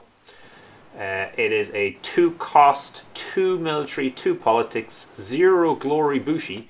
Reaction: after you play this character, choose a non-stronghold province. That province cannot be attacked this round. I guess I can kind of see what they were trying to do, but I think this is a terrible character. Obviously, you know, with Dragon, a lot of time you're trying to direct people into your restoration of balances. So if they've attacked turn 1, they've got a nice farmable province, you can make Agasha Taiko and, you know, name that province, and they'll have to attack one of your other provinces. That's a thing. Not sure it's worthwhile playing this 2-cost character for, especially when there's a lot of other good options that even now don't see play. Justin, this is an Agasha we'd be willing to give the Phoenix. No thanks. We've already got some. No, she's not very good. You know, you're essentially gambling is what you're doing. Like she shrinks she improves the odds of your opponent wandering into restoration, but then, you know, mid game she's a 2/2 for 2. That doesn't particularly great. Even when you play her, I mean, sure, you improve your odds, but they're still only odds. There's a chance that your opponent doesn't hit your restoration, or, you know, I don't know, or they play in a Yuchi Wayfinder and see exactly where your restoration is and go around anyway. I don't know. Yeah, she's just not very good. I mean, like the adept, Neaton adept. Yep. Like that's a 2-cost character that is way better than the Gash Taiko. Like way better. That seems to be in very few decks. Yeah. Almost no play. So, even though it's actually quite good in the current environment, because a lot of characters float around with any attachments. It's actually a great character to play against Phoenix. Drop your attachment, bow their big character. You don't care if it's spells only. Swords to the face always offend. Yeah, absolutely. And I mean, if the adept isn't seeing play, then I don't see why Taiko would see play at all. Yeah. So she's bad. She's actually interesting on turn 2, or maybe turn 3, when your opponent maybe is broken to your provinces and hasn't hit resto yet. So you bring her out and hit the other one, and they have to hit resto. But that's when she's kind of interesting. She's so the Monty Hall problem. So if you've decided which province you're going to attack, and the dragon player plays her and selects the province, you have to change which province you're attacking, right? You change your odds of hitting resto. It's not quite, but yeah. That's the Monty Hall problem. But it's not analogous to the Monty Hall problem. It isn't exactly, but you don't know. They removed one of the donkeys. And then they actually decide to not attack that turn, and then the next turn they attack the province that they weren't allowed to attack, and it turns out that was restoration of balance. There we have it, the perfect play. Okay. It's mind games. Yeah, No, not very good. But that's when she's interesting. Alright, this is Kaito Nobukai, a 3-cost Phoenix character, 2 military, 2 politics, 2 glory, courtier daimyo. Action: during a conflict in which this character is participating, sacrifice this character, bow each participating character. Characters cannot be moved into this conflict. Wow. Is this character basically the bomb, Justin? No, because this character is lacking a very, a few but very important words at the end, which is characters can be moved or played into this conflict, because you can still play conflict characters in. You can still charge into the conflict that Kaito Nobukai bows everybody in. So Kaito's ability, Nobukai's ability is basically never going to be reliable. And if only Phoenix had some sort of way to stop people being played into the conflict, I'm sure they do indeed. They do indeed. They have a grasp. They have a grasp of Earth. But now you're playing Kaito Nobukai and grasp of Earth to stop them in one conflict. In your Courtier Shigenja deck, because you need both traits. Because you need both traits, yes, absolutely. And which is not to say a deck like that couldn't work. It sure could. But again, this guy has to come out at the right time. It's a lot of moving pieces. Like the raw power is definitely there. The effect is fantastic. But you got the thing is, you've got all kinds of problems with timing, even if you do have Grasp of Earth to back this guy up, because they're both actions that you have to play in the conflict. So if you set up Grasp of Earth first, then maybe they just send Nobukai home, and you don't get to use his ability. If you use Nobukai first, maybe then they take their opportunity to charge before you can get Grasp of the. Yeah, I don't like. He's very, very hard to judge because the effect is clearly powerful, but it requires additional support to make it watertight, and that's the problem. So I certainly wouldn't dismiss this guy at hand, but I would have reservations. It's a character that you're going to play, and sometimes he's going to work out and be amazing, and sometimes you're still going to lose the game. Is this for your Kaito teamed deck, where you attack with Nobukai, you have Kaito Kusori sitting at home in the air conflict, still contributing, and then after Nobukai pops, then you're dropping your Shrine Maidens into the conflict, winning everything? No. Well, you certainly could. You certainly could. You can duke it out with the Cheryl Shinjo Yuchi Wave, which is the 2/3. Yeah, the Flips provinces. You can duke it out and see who could be king of the the Farseer. There we go. You can figure out who plays the best mediocre cards. It's just I find this card very, very hard to judge. Clearly, the ability is very, very high on the raw power scale. It's not waterproof, and that is a concern. Because you have to dedicate, dedicate deck slots to this guy. He costs 3 fate. His stats are very underwhelming for what you get back. So you are buying into his ability. I find it very hard to judge this guy. Very hard to judge. All right, Eoin. So Justin's downplaying the power level of this Phoenix card. Do we need to meta heavily against him now? Is this the future of Phoenix decks? It can be very annoying in some matchups. Some flips will be like, that's really annoying. But if you just attack, you'll restrict yourself to attacking 1 or 2 people against them, and that's how you're gonna play against them. And if he bears you out, okay, I guess he bears me out. It doesn't stop you straightening their guys, and But the Phoenix are much better at doing that historically than we are, though. Yeah, they're good, very good at it, but not the best. I'm looking at his stats and his courtierness, and I'm wondering. Despite what Justin was saying earlier, courtiers are actually a major part of the Phoenix clan, even if most Phoenix players no longer acknowledge them. I was wondering. They are. Like they're first stronghold. Yeah. And there might be maybe a Dishonored deck that's slowly beginning to appear with all the Courtier cards. We've certainly seen a lot of interesting Phoenix Courtier cards appearing that just haven't found a place yet. But eventually we might hit that threshold where Courtier is a strong thing, especially with the upcoming cycle where all that love Shigenja's been getting is presumably being kicked to the side, and it's going to be Courtier Bushi time all the time. Yeah, obviously. Actually, a Dishonored deck is probably where you put this guy. You restrict, because generally in a Dishonored game, both players' card flow is going to be restricted. And in those situations, that's where Nobukai becomes much more powerful, because your opponent just has your opponent has seen fewer cards, so they have a smaller range of cards to draw from to answer what Nabakai does. So yeah, I would peg him as a dishonor card at this moment in time.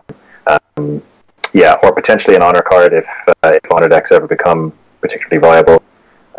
But yeah, I mean, and there absolutely is a Phoenix Courtier deck. So Phoenix Dishonor is starting to pop up here and there. So yeah, Nabakai would go in. All right, let's see what we have next. Next up is Shosuro Hoyobi. I don't have a great copy over here, but this is a 3-cost, 3 military, 2 politics courtier with 1 glory. Reaction: after an opponent discards 1 or more cards from his or her hand due to the cost or effect of a card ability, choose a character, dishonor that character. I don't know many effects that are going to do this. Alright, so you've got Spies at Court. Yeah, there are a few. So we've seen Sadiat Almazedo. She discards a card. You've got Yamino, is it? It's Yamino. She discards a card. Yeah, but those are like, is there any proactive card that the Scorpion player can put in their deck to trigger Shosuro Hoyobi? Or are they basically relying on their opponent to trigger the effect for them? Because if that's the case, this really isn't going to get any work done. No, not great. Yeah, kind of reaching. There must be. Like, what cards make you discard? Yeah, Spies at Court. You need to look up policy debate. Policy debate. There we go. There's a decent card that would make it work. But the thing is, like the immediate comparison for Hyobu is Miyako, right? Shosuro Miyako. But John plays Shiakai, immediately says Oracle of Stone. So yes, Oracle of Stone would work as well. Miyako is a bad choice though, because your opponent gets to choose to dishonor one of their characters or discard a card. So if they discard a card and then have to dishonor one of their characters, they're idiots. That's why you play Hyobu. It's like 1-2 punch. It's the 1-2 punch. But yeah, I suppose. But I mean, Miyako is the closest analog we have already in terms of triggering. Yeah, in terms of ability. And Miyako is just so much easier to trigger than Hyobu is. So that's kind of what I'm looking for. You're looking to lower the opportunity cost involved in what you're doing. Yeah. Hyobu is not uninteresting. Like, she is a 3/2 courtier, so 3 military in a courtier is something that it is to be dismissed out of hand. That's true. In Scorpion. But I would agree. I think the ability or the range of cards that discard from an opponent's hand is probably not quite there yet to make her good. Yeah. But with another couple, she could be pretty strong. Owen, what do you think?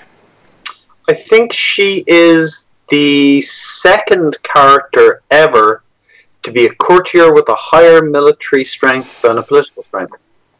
Who the was first being Lion's Pride Brawler. Of course. And that's really one of Bushi that's also rocks out in the courts. That's so true. She has Lion's Pride Brawler stats. She must be Lion's Pride Brawler levels of power, right? That's how this works? Let's not go nuts. Let's not say things we can't take back. Oh, she's only got 1 glory, not 2. Yeah, okay, you're right. Yeah. No, Lion's Pride Brawler only has 1. Oh, really? We're back again! Hey! Yeah. It's Brawler stats without the Bushi trait. And, unique as well, which is an advantage most of the time. It's interesting because she would be happier with politics because then she could policy debate easier. A Spies at Court I think has value, but yeah. Spies at Court is seeing play, but it's in the Kayun Byushi military decks. They're conquest decks. They're not dishonor decks per se. Obviously, you can. The Scorpion, as I have found, much to my detriment, can pretty much dishonor anything. So, not bad, but kind of you've got away to Scorpion. You're gonna work for the way to Scorpion. One very interesting thing about this card that John was pointing out to me over the weekend is that the art for Sasuro Hoyobu is a new version of some of the black and white art from the same character from City of Lies. Oh yeah, awesome.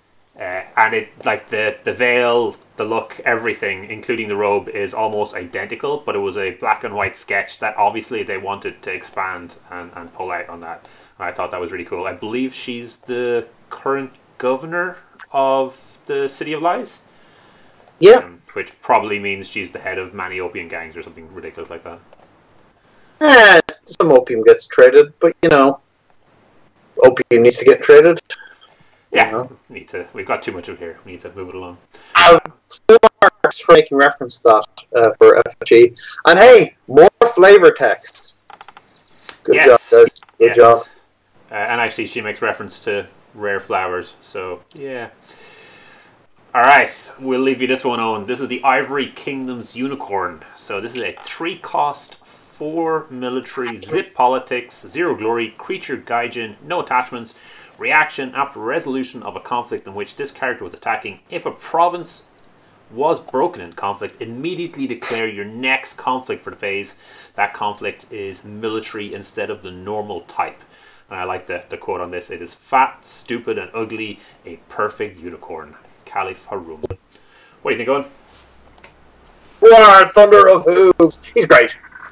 He's really, really good in the Berserker deck, where you go, right, let's have another military conflict, which is something crap because of all those, you know, oh, I've got high military strength, I got zip politics, but I only get 1 military strength conflict turn. He's tremendous value.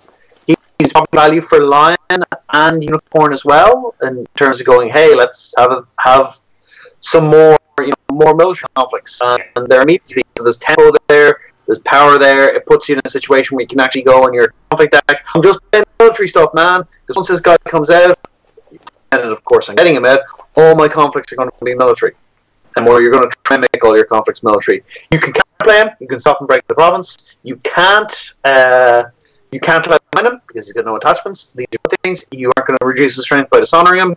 It's pure thrust to the face goodness, just straight at your opponent, smashing him as hard as you can. So if this is sitting on the other side of the table, how do you deal with him? So he 3 costs, so he can't be assassinated. No attachments, so no cloud. Those are the kind of 2 classic ways of dealing with problem characters. Block a doubling, let me make the province. That's the best thing you can do. That may be a massive mistake. Okay. Alright. Because you can go like, bar, and I'll be like, cool, attack with the unicorn. You're a Venom guy, and I'm like, cool, Legion of 1. Move a fade, he's +6, he's 10 now. What you got?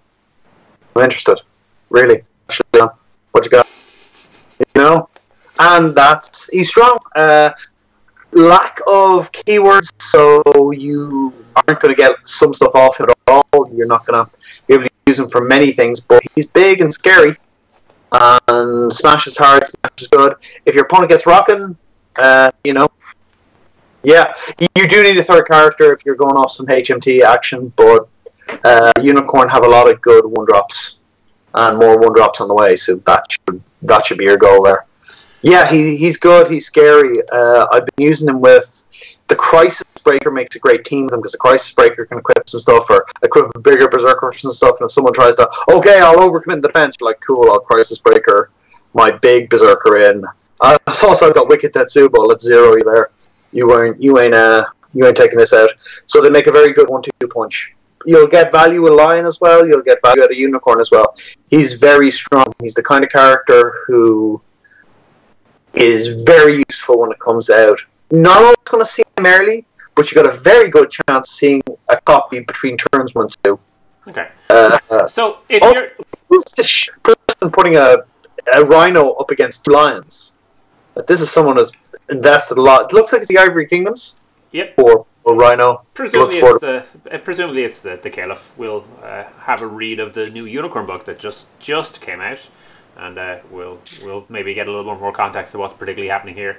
But I know from the little reading I've done on these kind of fights during the Roman era that you did not do this. You put your rhino against highly trained gladiatorial troops who would not injure the vast investment you've made.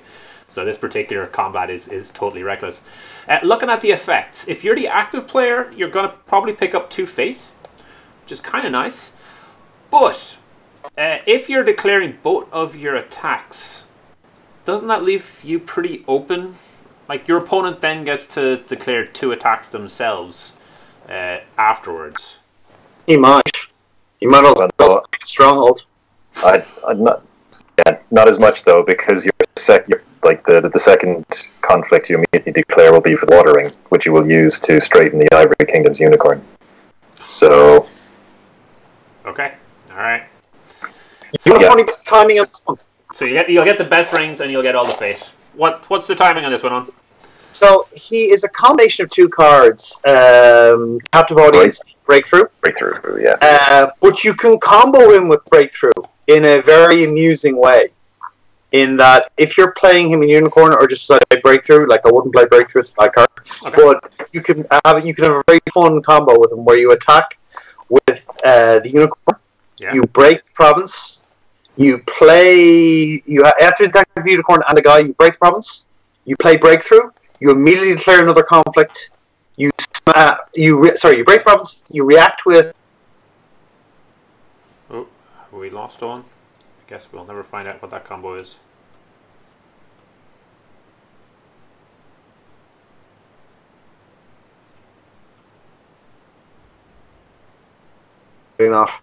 Clearly not. Sorry, I think I lost you there for a second on. Oh, you're back now. I can hear you. It might excellent. Probably on my side. So yeah, explain that combo again. So you attack with the Unicorn.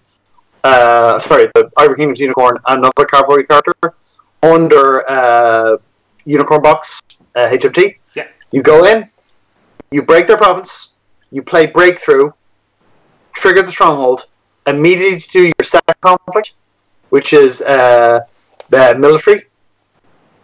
Then you react with the Unicorn and do your third conflict immediately. And your reaction is to the end of the first conflict?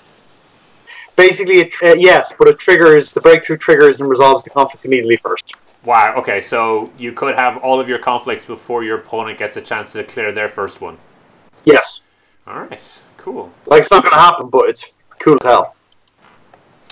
Okay, so you're definitely expecting this to appear in Unicorn, possibly Crab, not necessarily. Like, it's a completely different deck style for Crab. It's a completely different deck. Completely different deck for Crab. And it's a deck that Yakumo actually works in, right? Because they can choose to lose a bunch of honor. Can you imagine this in Lion? Lion HMT? Maybe HMT, but like mostly Lion are really good at winning military conflicts. So, but they're really good at winning 1 military conflict turn. I'm not as convinced they're really good at winning 2 or 3. They're pretty good at it. But they've got a lot of good tricks. And hey, you got the brawler, and the brawler is great at winning military conflicts. And he's great at winning the next military conflict as well. So, yeah. I mean, I like it. A lot of the cards, a very powerful card. It's got a lot of impact in the game. Because I was playing and saying, how good is this? They played it, I was actually, not, this is actually great. Just because it goes, hey, let's have an extra military conflict. So all those military pumps you're playing are relevant in both your attacking conflicts, which is lovely. And again, the phrase win more has been used before, but this doesn't do any of that, because while like it just changes the conflict type and ups the cycle. So again, this is more of a tempo thing rather than anything else. Do you have anything else to add to this card, Justin, or will we move on? Not a huge amount. I mean, it's like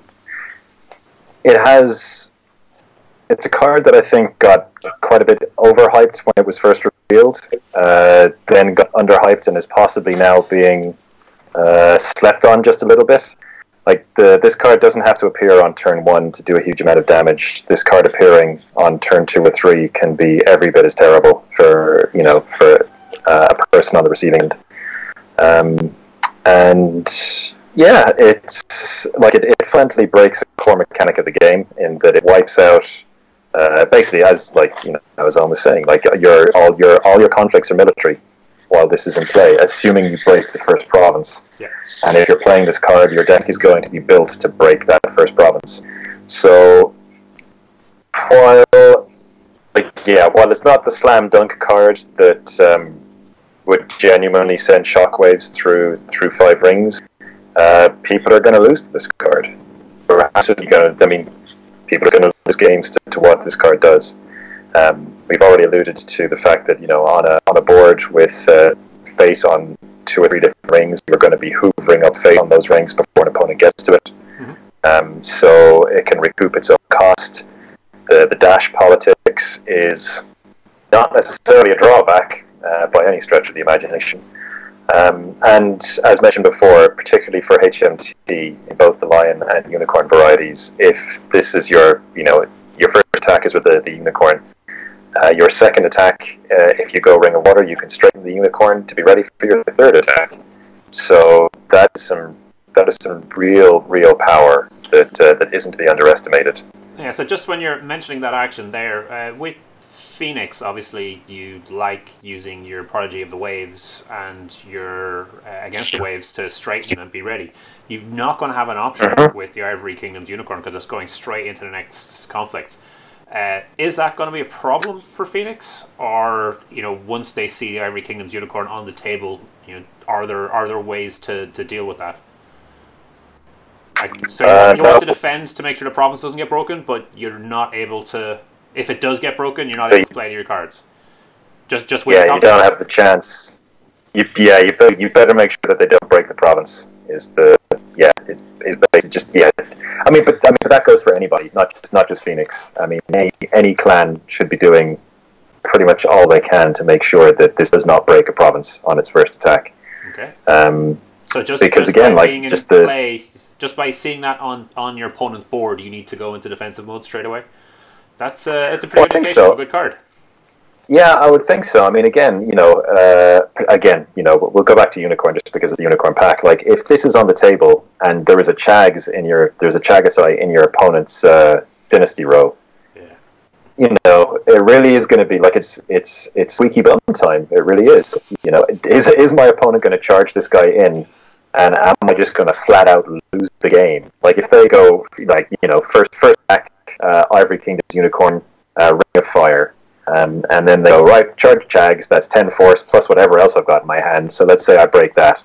Unicorn, I'll honor Chags, he goes home unbowed. Unicorn bows, next attack, which would be political, but is now military with an 8 force Chagatai. I'll declare Ring of Water. In we go, Chagatai smashes another Ring of Water, straight in Unicorn.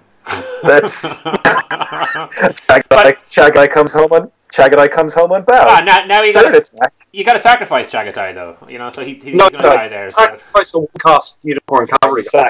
You sack a 1-cost Unicorn conflict character, or a 0-cost recruit that you to play, or one of the many 1-cost characters that the Unicorn also have. Yeah. And then the third military attack, they have at least 12 force going in to break their third attack.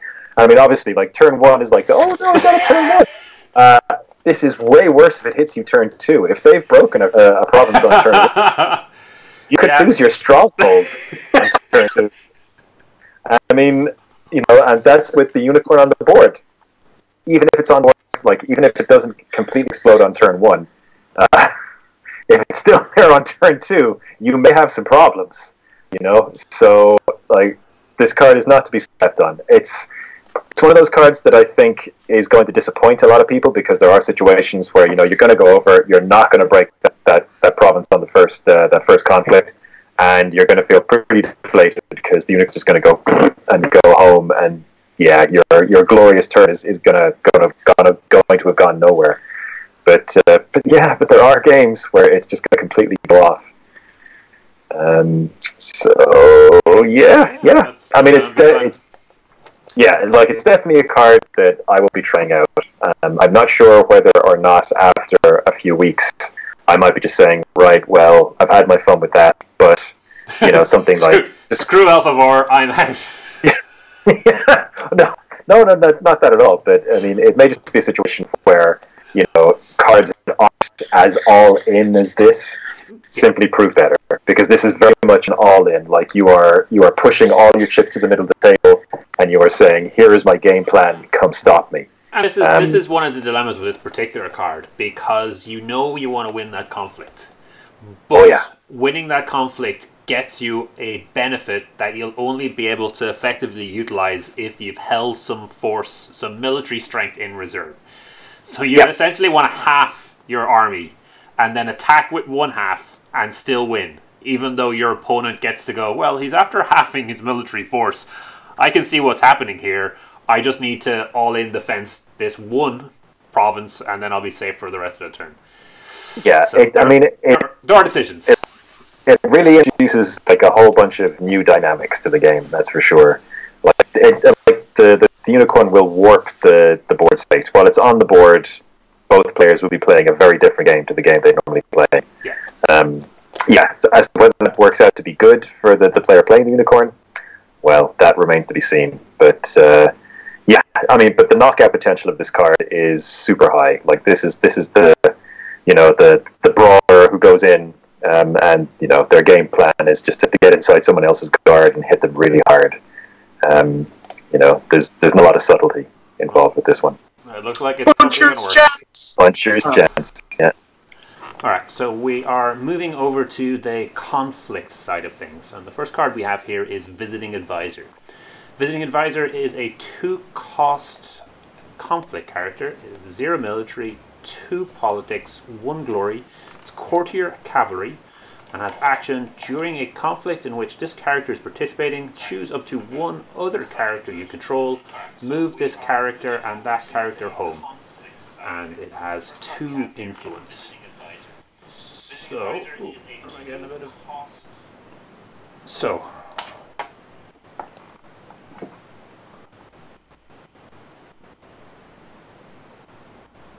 you can play this character into conflict? It's an eject button for guys in a conflict. You play it in and then move your guys out, or you play a 2-cost 0/2 courtier into a conflict.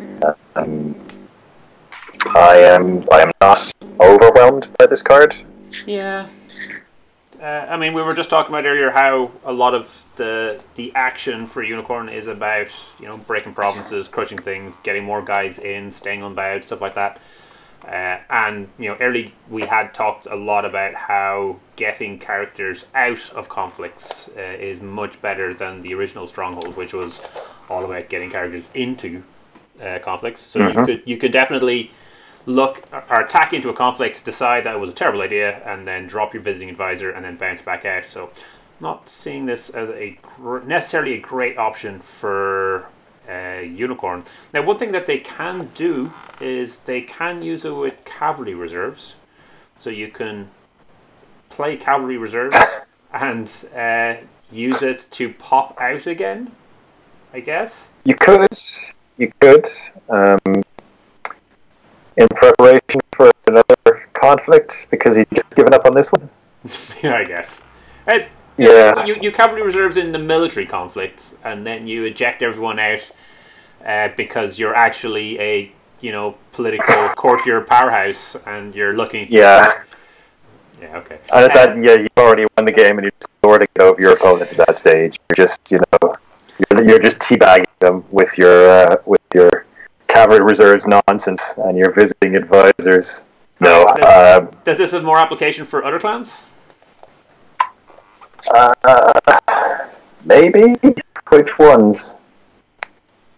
Ones that like courtiers? I don't know. I mean, maybe like a dueling deck might use this, where you assign your big tower dueling monster to defend and batter some people, and then having sack them down, batter them all, and murder them all, you just drop this to get them out again. I don't know. There just seem to be better cards for doing that than Visiting Advisor. Like Domino Will, which would also mean you're playing Dragon Splash, which is a good thing. Yeah, I'm not feeling this card at all. I think this is pretty poor. I mean, it's something to keep an eye on, maybe eventually long term. But let's move on. I do like the art on it, I must say. But let's maybe move on. All right, the next one we have is Shinomen Wayfinders. So this is a 4-cost conflict character. It is 3 military, 1 politics, Bushi cavalry scout, 1 glory, and 1 influence. It has no attachments except for weapons. During a conflict, reduce the cost to play this character by 1 for each participating unicorn character you control. So, unicorn character requirement there, so even though it's 1 influence, may not be too playable outside of it. Owen, what do you think of this card? I actually kind of like this card. His stats are okay. They're terrible for a 4-drop. They're bad for a 3-drop. They're good enough for a 2-drop. I mean, it's kind of expensive. Well, so once you have 2 unicorn guys in, he's okay. You can be like, okay, I'll play this guy, and it's like playing a decent attachment or a bad, or like an okay action. Yeah, like a Legion of 1 or something. But when you get 3 guys, he's 1 cost 3/1. That's pretty good. But the other thing is, you can spend more faith in him. And you can be like, ooh, I got 3 guys here. This guy costs 1. So let's put 2 more faith in him so he's around for 2 more turns. And that's not bad. That's not bad at all. He's also got Bushi, Cavalry, and Scout Trait. Now, Scout Trait isn't relevant yet. But Bushi is becoming more relevant. Cavalry is always handy for the Unicorn. He would be a poor choice for Cavalry reserves, but yeah, I think he's actually okay. I think in the Blitzy deck, he is not bad. You can just put, like, if you have 4 guys in, you can just go, actually, I'll play him for free, and now I'll put a fade on him as well, because why not? I'll have him for next turn as well. And that's not half bad. You can play him at home as well in a conflict, right? So yeah. you can be about to break that military conflict, and you're about to trigger a stronghold to get your extra military attack, and then you can drop this guy at home for free, so you have someone to attack. That's kind of cool. Now, you've only got 10 slots. Does this make the cut? So, I mean, for early blitz, you're probably... I guess you'll be able to play him for 3 cost, maybe 2 cost if you're lucky. Like 2 cost 3/1 isn't terrible stats. In the lots of blitzy little guys deck, he'll be great. And you'll see play there. You play 3 of him, 3 of the Wayfinder, and you'll have a look at what else fits Ambusher. Scheme, yeah. Ambusher. Yeah, absolutely. Amazing. And just be like, I think he's pretty good. I don't think he'll be played into the conflict an awful lot. I think he'll be played at home quite a bit. So yeah, I mean, the thing is, like, if you've got 3 or 4 guys in a conflict, you were probably winning that conflict hand down anyway. So this guy does strike me as someone who's going to be played at home an awful lot, being played into conflicts. So in terms of, so he's a great way of kind of maintaining momentum with HMT, and the unicorn character requirement basically means that he is unicorn only, which is a kind of theme we're going to see quite a bit in a lot of cards as we go along here. So, I mean, good. In theory, your entire splash could just be unicorn characters, but yeah, that's probably not the greatest option. All right, next up, actually, this is another unicorn character locked card. Essentially, we have Curved Blade. So this is a 0 cost +1 military +0 politics attachment. It is a weapon, it is Gaijin, it is 1 influence, but it is attached to a unicorn character only. It is restricted like most of the weapons, and while attached character is attacking, it gets +2 military. So Justin, is this just straight better than Fine Katana? Oh god, yeah. This is a 5-star card. This will be 3 of in almost every unicorn deck probably forever. It's better than Fine Katana. It can't be stolen, so bad district and I suppose calling in favors are not going to pull any nasty surprises, so unless if you do steal it using those cards, it ends up discarded. Yeah. So, but that's fine. Yep. That's fine. If someone wants to give you a face I mean, it can't be stolen by Karado, or so it's unless they also have character themselves. Yeah. Yeah. Oh, hang on. We just got a question in chat saying, are they aware there's no video on the stream? I'm seeing video on the stream. Yeah, me too. Damn it, Joe, it might actually be you. Refresh, and then just let us know. So anyway, yeah, Curved it's a 5-star card. It's so much better than Fine Katana. Like, +3 over +3 skill over +2 skill is a huge difference. Yeah, this card is superb. There's not much more to say. So, Owen, on the defense, this is only +1 military. Is this card basically useless? Unicorn don't stand. Like the deck plays this isn't going to be defending much. It will defend occasionally, but it will not defend much. This plays Unicorn straight. And hey, you can play it and find Katana if you want. Go nuts. Go nuts. It is restricted, so you can only have 2 of them, but that shouldn't be a problem. Unicorn usually don't have an issue with. Oh, pile of guys. Where do I get that from? Here we go. It's a weapon critically because a lot of Unicorn are no attachments for weapons, which again, so yeah, plays perfectly into their stuff. They're happy with this card. Like, compare it to Shinjo Saddle. My god, compare it to Shinjo Saddle.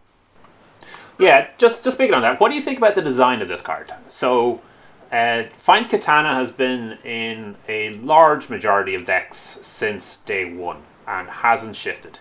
And in this card design have basically sat down and gone, you know what, let's make another Find Katana. So have they succeeded in making a worthy design edition, or is this just a freebie essentially to the Unicorn clan, where they've gone, well, you know, the Unicorn riddle is deep and mysterious, here is basically a key to unlock that? Yeah, it's a super pushed card, and it's in keeping. I mean, obviously, like the other clan, they may have gotten a card like this is Lion, but they seem to be shifting away from that with Lion. They seem to be moving more toward Lion being kind of like the I don't know, the tactical clan that has that kind of there's a bit of kind of a lose to win theme with Lion, a little bit.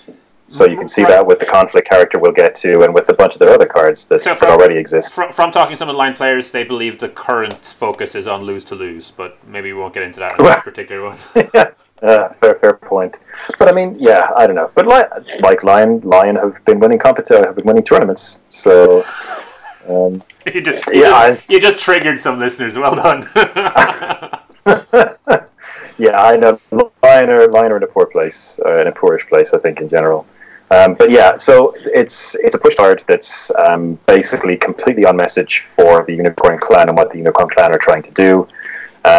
Mechanically, it fits in perfectly with their all military all the time approach. So Curved Blade, yeah, it's just a super powerful, simple, good card that was given to the Unicorn. So we are expecting 3 of in every Unicorn deck from here on out. Oh, straight away, like, automatically. I mean, yeah, I would expect like 3 Curved Blades and 3 Flying Katanas, or 3 Curved Blades and 2 Flying Katanas in pretty much every Unicorn deck going forward. Like, well, sorry, in all HMT decks going forward, until Cheryl Shinjo proves that it has a really strong archetype. I think HMT is going to be the default. Alrighty. Alright, let's move on then. The next one is Ring of Binding, and this is one of my own personal favorites. It is a 1-cost attachment, +0/+0, item Mashido, 3 influence. During the Fate phase, if you are the first player, attached character cannot lose Fate or be discarded. So obviously at 3 influence it's a tricky one to splash, but we certainly have seen the Crab equivalent Reprieve getting a lot of play. So that's only 1 influence, which is the reason it's so popular, but you're paying 1 Fate, and then during the end phase with Reprieve, if your character's about to get discarded, you're popping your Reprieve, and that character doesn't leave play after all. So with Ring of Binding, if you're the active player, the character that you've got attached to doesn't leave play either. They don't even lose Fate.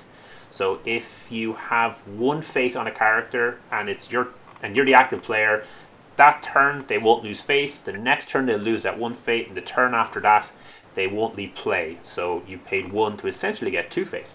The flip side, though, as a few other players have pointed out, is you don't get the extra benefits of Reprieve. Reprieve does protect your character from being discarded by other effects. And as the game progresses, we're increasingly seeing some powerful kill effects in the environment.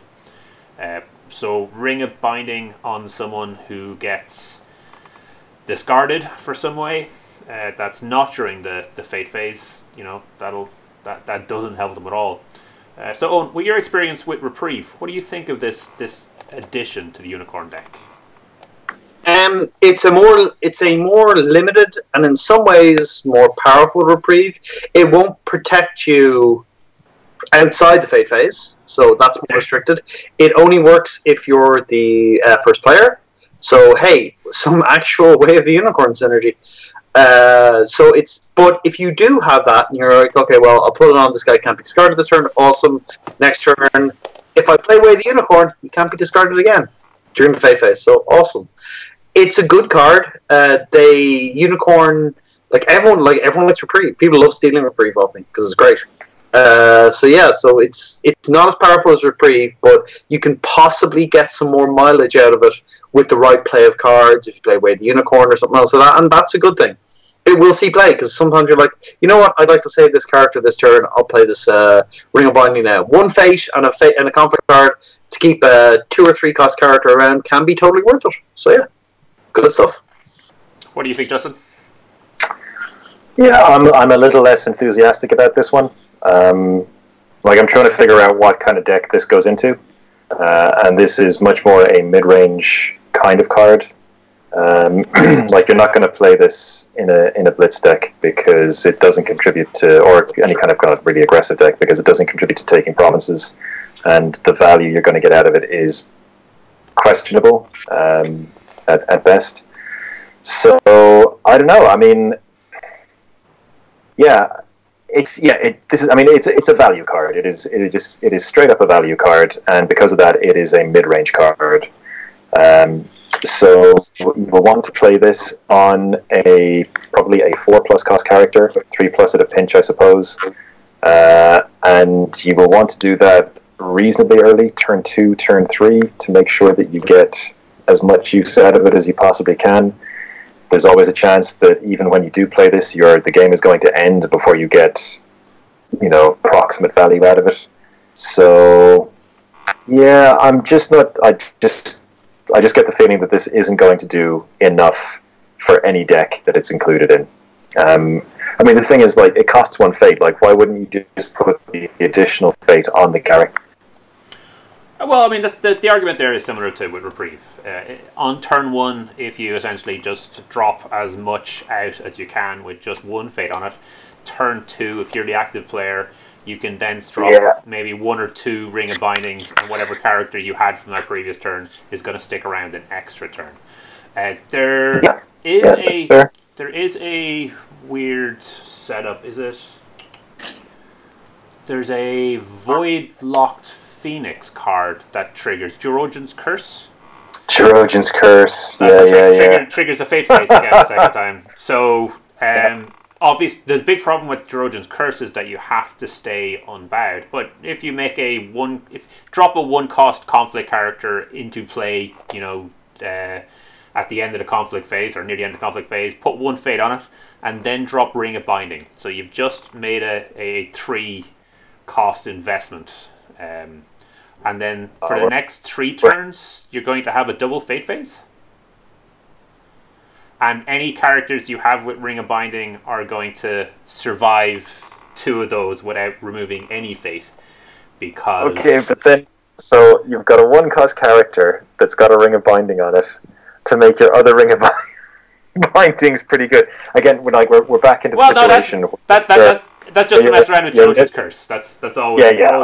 But it's one of those things where you're trying to thread 12 needles, or create these ridiculous hypothetical situations to justify a card. And I always find that if you start creating ridiculous hypothetical situations to justify a card, that card is probably not good. I said, it is a value card. It doesn't have the extra utility that Reprieve has. And more than utility, what Reprieve does, Reprieve can save you games, whereas this is purely a value proposition. So the question is, are you going to get enough out of it over the course of, a couple of turns? The thing is, even if it effectively grants you 2 fate, you've spent a card slot and 1 fate, so you're getting kind of half a fate's worth of value from it, even if it triggers twice to save 2 fate. Obviously that's going to to be modified. It's going to be slightly more than that on a higher cost character. But I mean, yeah, I just don't feel it. I just do not feel this card at all. I think the fact that you have to be first player is the real challenge. But I've certainly had games where I've made an aggressive early play, and then being able to drop a reprieve has let me stabilize my mid game. Or where, in mid game, I found out that one of my big tower characters is about to leave play, which will destroy my late game, and then popping down that reprieve managed to save that extra turn, which often is the last turn. Sorry, Eoin, you're about to say something? The other thing about it is, if you make, say, a 3 or 4 cost character with 1 fate on them, and you put on a Ring of Binding, that character's around for 3 turns then.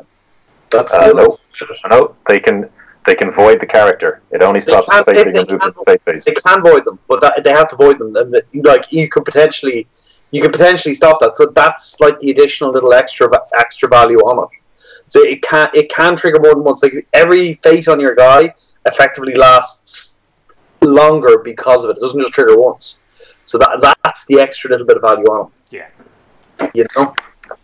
But yeah, no, we'll have to see. I think it's something that will help even out the long game for Unicorn. But you're right, it doesn't help them break provinces. And with Unicorn, maybe there is no mid game or late game. It's just our early game. Yeah, early game, all the game. Yeah.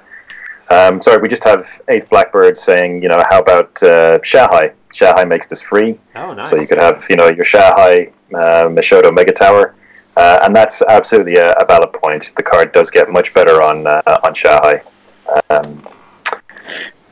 But yeah, still, you still have to dedicate a card slot to this, and I don't know. It doesn't. I don't feel enthusiastic. I don't feel enthusiastic about the idea of putting this card into one of my decks. Like Reprieve, you're like, yes, this card's amazing. It's always going to be amazing.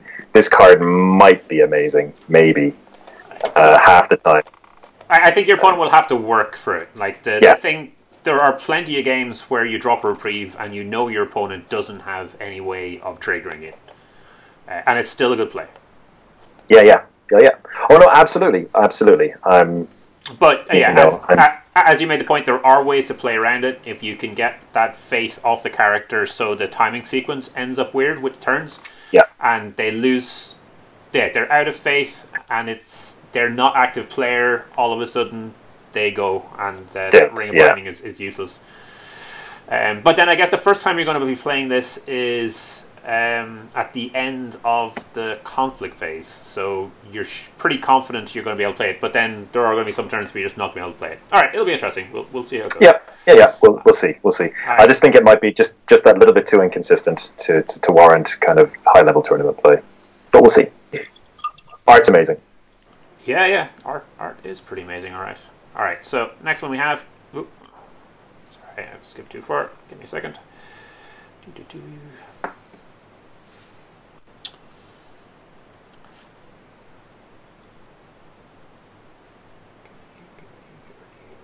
Okay.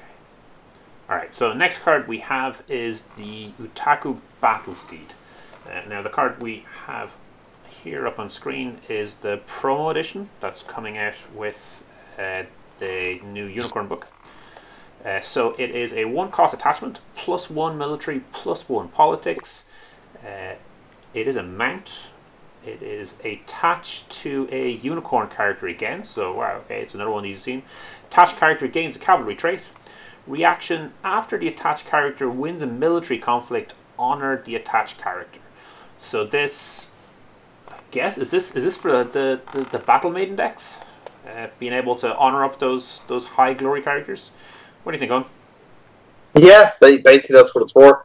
Let's put it on there are a strain of high glory Utaku characters in the game, and this is a way to honor them. Sadly, it may honor them a bit late, really, because this is for a different sort of deck, a deck that's playing a bit more the long game, where honoring after winning a conflict is a good thing. So yeah, maybe they've got some very good people who are great when they're honored. So yeah, not bad. It's a 1-cost +1/+1, so it's not like it does nothing, and it gives the person cavalry, which can be useful. It's okay. I don't think it's very fluffy. It's like unicorns like being honored, and the Utaku Battlesteeds make them better at getting honored. Yeah. Cool. not super impressed other than that. Like, maybe. So it is only one influence. Justin, is this something that you could see Phoenix playing? They like getting honored. Yeah, we have to attach to a unicorn character. Yeah, good point. I mean, if it didn't have the attach to a unicorn character text, I think this could see play in quite a number of clans. But it does have that restriction. But it does. All right. And yeah, I don't think we're at a critical mass of battle maidens to really kind of build a deck and see if this card is worth a slot. Even then, I think it probably isn't. All right, this maybe then is something for the future. Yeah, maybe. Let's move on to the next one, which is Speak to the Heart. So Speak to the Heart is a unicorn event. It is 0 cost. Action during a conflict, choose a unicorn character. That character gets +1 politics until the end of the conflict for each face-up non-stronghold province your opponent controls. Max 1 per conflict. 1 influence. Justin, what the hell is going on with all these unicorn-only characters, Vex? Well, there's 2 possibilities. Either these cards are considered potentially too good for other clans to splash, or there may be a card at the very end of the preview that opens up a new kind of direction for unicorn decks to play and gain card advantage, but we'll just have to wait until we get to that one. Yeah, this card is interesting. Like, I've seen a lot of people really talking this card up, and I am a little less convinced by this. Is it not bonsai political every conflict, all the conflicts? Once you hit turn 3, sure. Because you have to reveal 4 of your opponent's provinces before it's political banzai. But the thing is, okay, so you have to have revealed. So once you've revealed 2 provinces, 2 of your opponent's provinces, then this is equivalent to an ornate fan. An ornate fan that does not stick around on a character. So an ornate fan will hang around on a character with multiple fate and give you value over several turns. This won't. So you need to have flipped up 3 of your opponent's provinces before you're jumping above from 2 to 3. And yeah, or to 4 if you've got it that far, and that means you're doing this on turn 3 to 4. Okay, so once again, this is not a HMT card by any stretch of the imagination. It's completely off message for that deck. So you are looking at a deck that honestly wants to engage in winning or contesting political conflicts. So we're kind of back to Cheryl Shinjo again. And this is another card that just gets better and better as the game goes on. It's very weak early on, in fact potentially dead early on, and ramps up to being significantly powerful later in the game. The question is, if you are a Cheryl Shinjo deck, are you in, like, if you're getting to turn 4, turn 5, turn 6 as a Cheryl Shinjo deck, is this required in addition to the economic advantage that you will be pumping out, given that this card will also be weaker in the early game when you are weakest? And for me, I'm just not convinced. I mean, the card definitely has a very high theoretical power level, but the practicalities of it give me pause for the time being. Like I said, there aren't a lot of situations in which I think this card is better than Ornate Fan. In general, like in specific situations, we just go, I've revealed my opponent's 4 provinces. This card is absolutely better. Yeah. But again, in the early kind of 3 or 4 turns, an Ornate Fan is going to be more consistent. You're going to get more value out of it, and so that makes me really question this card. Maybe this is a 1-of card, or maybe a 2-of in a deck, but I'm having a hard time seeing it be better than that. Owen, what do you think? It's a very rare political pump. There aren't a lot of them. Supernatural Storm, the Lion one that lets you copy a Shigenja's stats. There's not, honoring your guys, court games. There's not a lot of political pumps. So it's interesting from that point of view. But yeah, again, most of the time it's going to be +2, maybe +3. And that's not really the way Unicorn usually goes. So maybe it's kind of a card in search of a deck, and that deck doesn't really exist yet. Okay. So, but, not right now. All right, so maybe it's a double down for the Cheryl Shinjo reveal everything style. All right, let's move on to the next card. Yep. This is Spoils of War, which I think we briefly talked about at the end of one of our other podcasts. It is a zero-cost event. Reaction: after you win a military conflict as the attacker, draw 3 cards, then choose and discard 1 card from your hand, max 1 per conflict. It is 2 influence. Yeah, Owen, do you want to give us a quick review on this one? Yeah, I like it. It's tempo for the Unicorn deck. You're going in hard, you're trying to win a military conflict, and you're usually pretty good at them. And then you get to improve the quality of your hand. You draw 3 cards, so effectively you're up 1 card from this card, but in terms of card quality, you could be up quite a bit. If you're going to win a military conflict and you've got 1 card which isn't super useful in your hand and spoils, you play spoils, you draw 3 new cards, and then you get to pick the weakest card out of the hand and get rid of it. Yeah.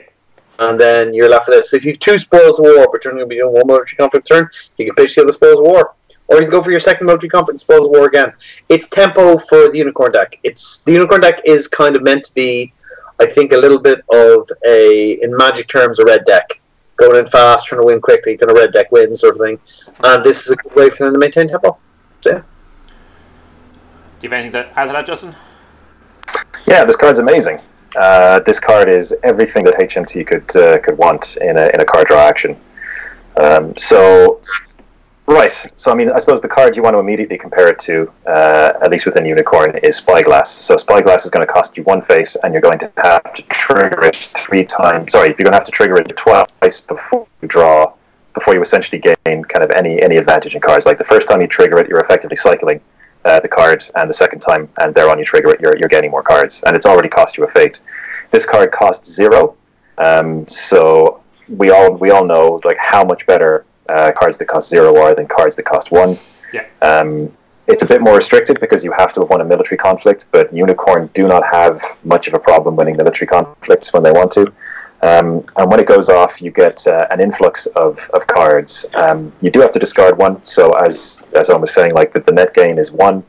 But this opens up this opens up a ton of deck building options, as well as doing something which is super important, which is powering you toward your game-winning cards. So this shrinks your deck by a significant amount. So like it pushes you towards your charges, towards your cavalry reserves, toward anything else basically that you require to really kind of seal the game and win the game. It also allows you to filter out cards, so you can opt for like a deck build that goes, well, here are my super important core cards that I will play 3 of, so I will play 3 of all of these, and now I will play a whole series of 1s and 2s of a bunch of other cards that are a bit more situational, and Spoils of War is there to basically give you access and to filter out the cards that you don't want. On top of that, like when you've got quite apart from that, like you do have other certain cards, like Assassination is actually the big one, where you very often want to see and play 1. You very rarely want to play 2, because playing 2 is putting you into really dangerous territory. And Spoils of War allows you to put 2 assassinations into your deck to make sure that you're going to see them early when they're highly impactful, but also means that you're not caught with a dead card in hand later on. You can just draw 3, get the second one out. I mentioned, just mentioning Assassination because I think Unicorn are losing Keeper of Fire soon, which means Unleash the Djinn will be leaving. So they do have a bit more room for honor loss cards in their deck. So yeah, I think this card is absolutely amazing for HMT, and it's just going to do enormous work for that deck. You do need to win those military conflicts with the hand tied behind your back, though, with this 1 card that's essentially dead until you do. That's true. The challenge. That is the challenge, but Unicorn are more than capable of doing that, and I think the upside is so potentially high that it's an easy choice to make. Like this card for me is, I don't know. I mean, this is the kind of card that could find its way to the restricted list. Really? Genuinely. I mean, like, but as we said before, like the pillars of degeneracy in card games are resource acceleration, recursion, and card draw. And this is card draw that rewards you for doing the thing that your deck is trying to do anyway. Yeah. I mean, like, if you are not winning military conflicts as a unicorn deck, you've lost the game anyway. It doesn't matter what you're doing.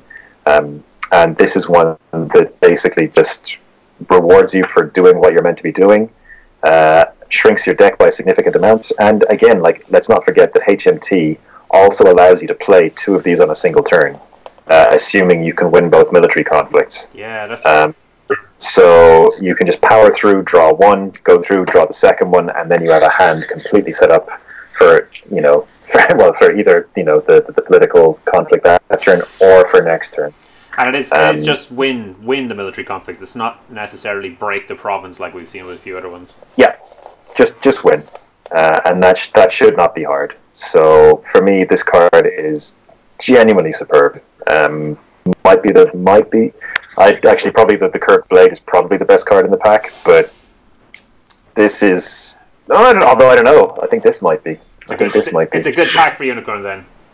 They get some amazing stuff. Yeah, you have 180 from your first reaction to this card. Oh, absolutely. Nothing controversial hot takes. Yeah. Now that all that's out of the way, I can. You know what? Absolutely. Fire from the hip, miss wildly. I think this card's amazing. This isn't Unicorn only. This could be splashed and only 2 influence. Yes. Is this something that we could start seeing in some of the other clans, maybe Lion or Crab? Oh god, yes. Yeah. I mean, like, I don't know why a military-oriented clan would not play this card. In fact, I don't know why, if you were playing a Unicorn Splash, you wouldn't play this card. I would play this card over Spyglass. I think it's better than Spyglass. Ooh, okay, cool. And it's free, I guess. And yeah. And it's free. And so, I mean, that's why I'm saying I think this card is a potential candidate for restricted list at some point. Potentially. Like, it's so efficient. It's so efficient. Yeah, well, it meets our pillars, so that's definitely a card to watch. All right, super efficient, and super bursty. So let's move on to the next one. Next card is Warriors of the Wind. So this is the title card, so hopefully it's good. This is a 2-cost event. Action during a conflict. Move each participating cavalry character you control home. Then choose any number of cavalry characters you control and move them to the conflict. So it is 3 influence. So I guess you fall out, attack, your opponent defends. Maybe it's the last province, the stronghold. You pay your 2 fate, move all of your cavalry out, and then leave them at home and then attack again. Or you do the reverse, you attack with 1 guy, they don't defend, you play this, move all your cavalry out, and then choose to move all your cavalry back in again. And suddenly there's a massive horde sitting on this doorstep. Is this a good card? Owen, what do you think? I think it's really good, but that's just me. The old maneuverability in 5 Rings was a key part of gameplay, and having the option to do stuff like that of, okay, I've seen how you committed, now I'm going to play like old cavalry, we're all going home, and then I'll send in the 2 guys I need to actually win the conflict. Or you blocked with everybody? Well, you know what's going to happen now? I'm going to go home. Because I've got a captive audience in place. We're going to do this military conflict again, just by starting as a political one. So it's a really, really flexible card in terms of, okay, this battle's gone south, I'm leaving. Or, you know what, I need some more people, let's go in. So it's a very flexible card from that way. You can pull your forces in, pull your forces out. And hey, if Crab ever got enough guys for cavalry deck, Hida Suru will get enormous off this. Woo! Again, it's another. The thing is, well, it's a 2-cost, fake cost unicorn conflict card. You want to play something that possibly tempts some negation out before you play cavalry reserves. But yeah, that's another thing you can do with it is you can play cavalry reserves and then you can send some of the guys home for the next attack, and that is not bad at all. And it'll trigger your spyglasses or any other movement effects. Yep. Is it worth it for 2 cost? What do you think, Justin? Yeah, I'm undecided. It seems situationally very, very, very powerful. Very, very powerful situationally. I mean, you can play this in a conflict where you have no participating characters. So you move all your participating cavalry home, that's fine, and then you can move any number of characters or cavalry characters in. So, yeah, so I mean, it is mass movement, which is very, very rare and potentially very powerful. As Eoin was saying, you can feint their stronghold and just basically blow them out.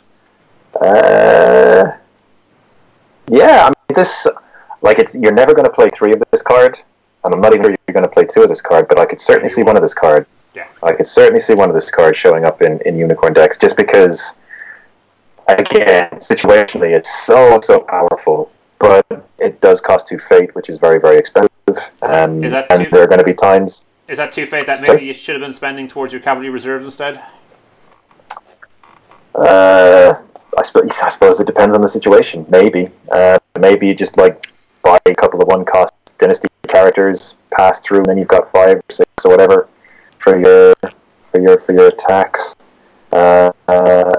Interesting card. Yeah, I think it's probably a one-off. Like not good. Like it's a finisher card. It's an end game card, very much. So yeah, you probably want one, but you've got your 3 spoils of war to cycle it out in case you see it too early. So all's good. All right, let's move on then. The next card we have in line is Akomo Anakazu. So we didn't see a line character during the Dynasty cards we were looking at earlier, and that's because this is a conflict character. So this is a 4-cost unique character. It's got 3 military, 3 politics, 2 glory. It is Bushi Daimyo, 4 influence. During each conflict in which this character is participating, it gets +3 military and +3 politics if your opponent has broken 1 or more of your provinces this phase.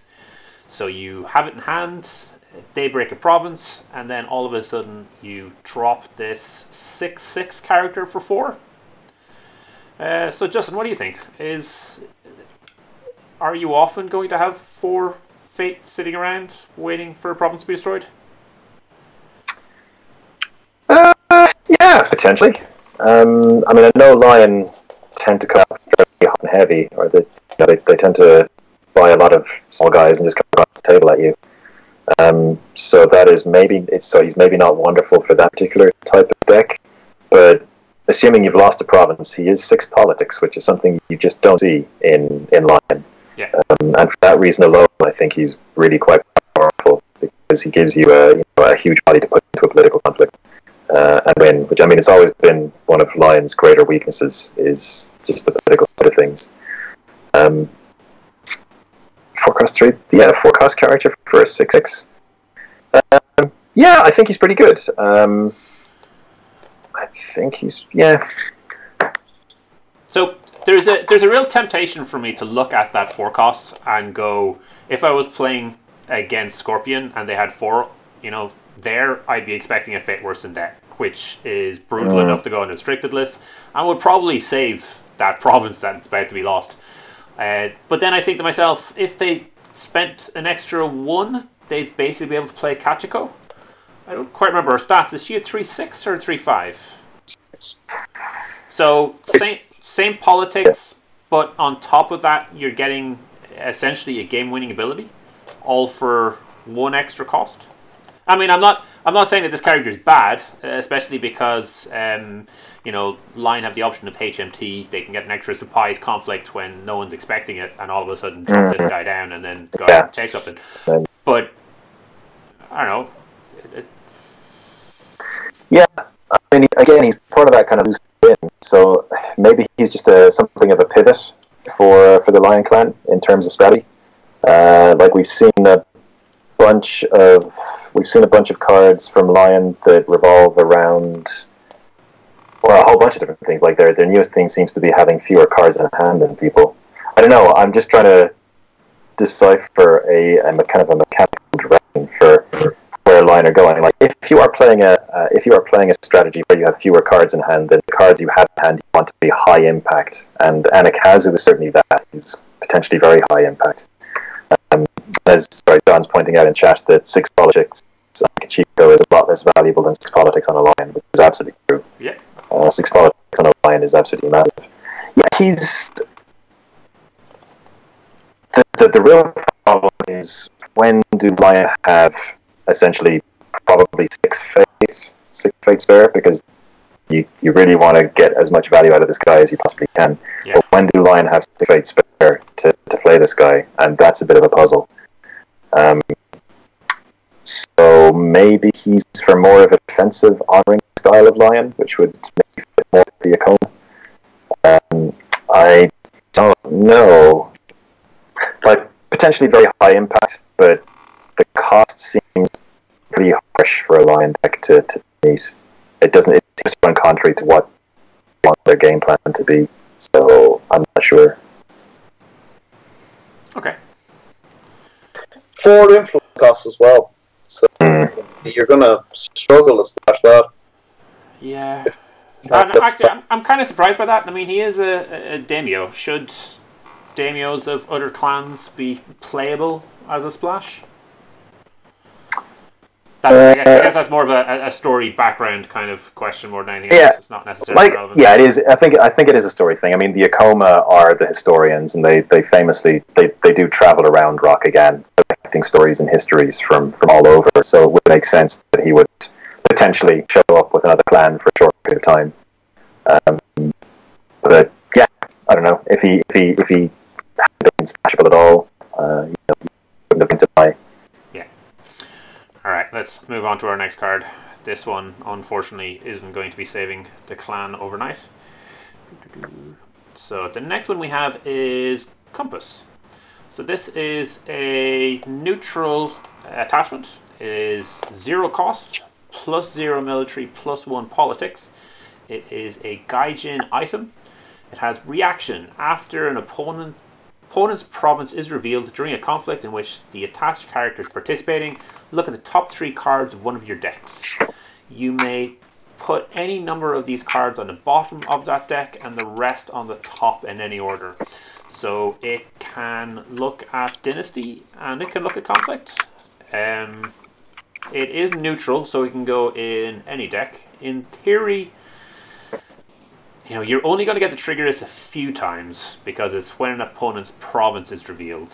The effect itself is just a bit of filtering, so you get to work out which of those 3 cards you want on the top, and then you can choose to put some on the bottom if you wish.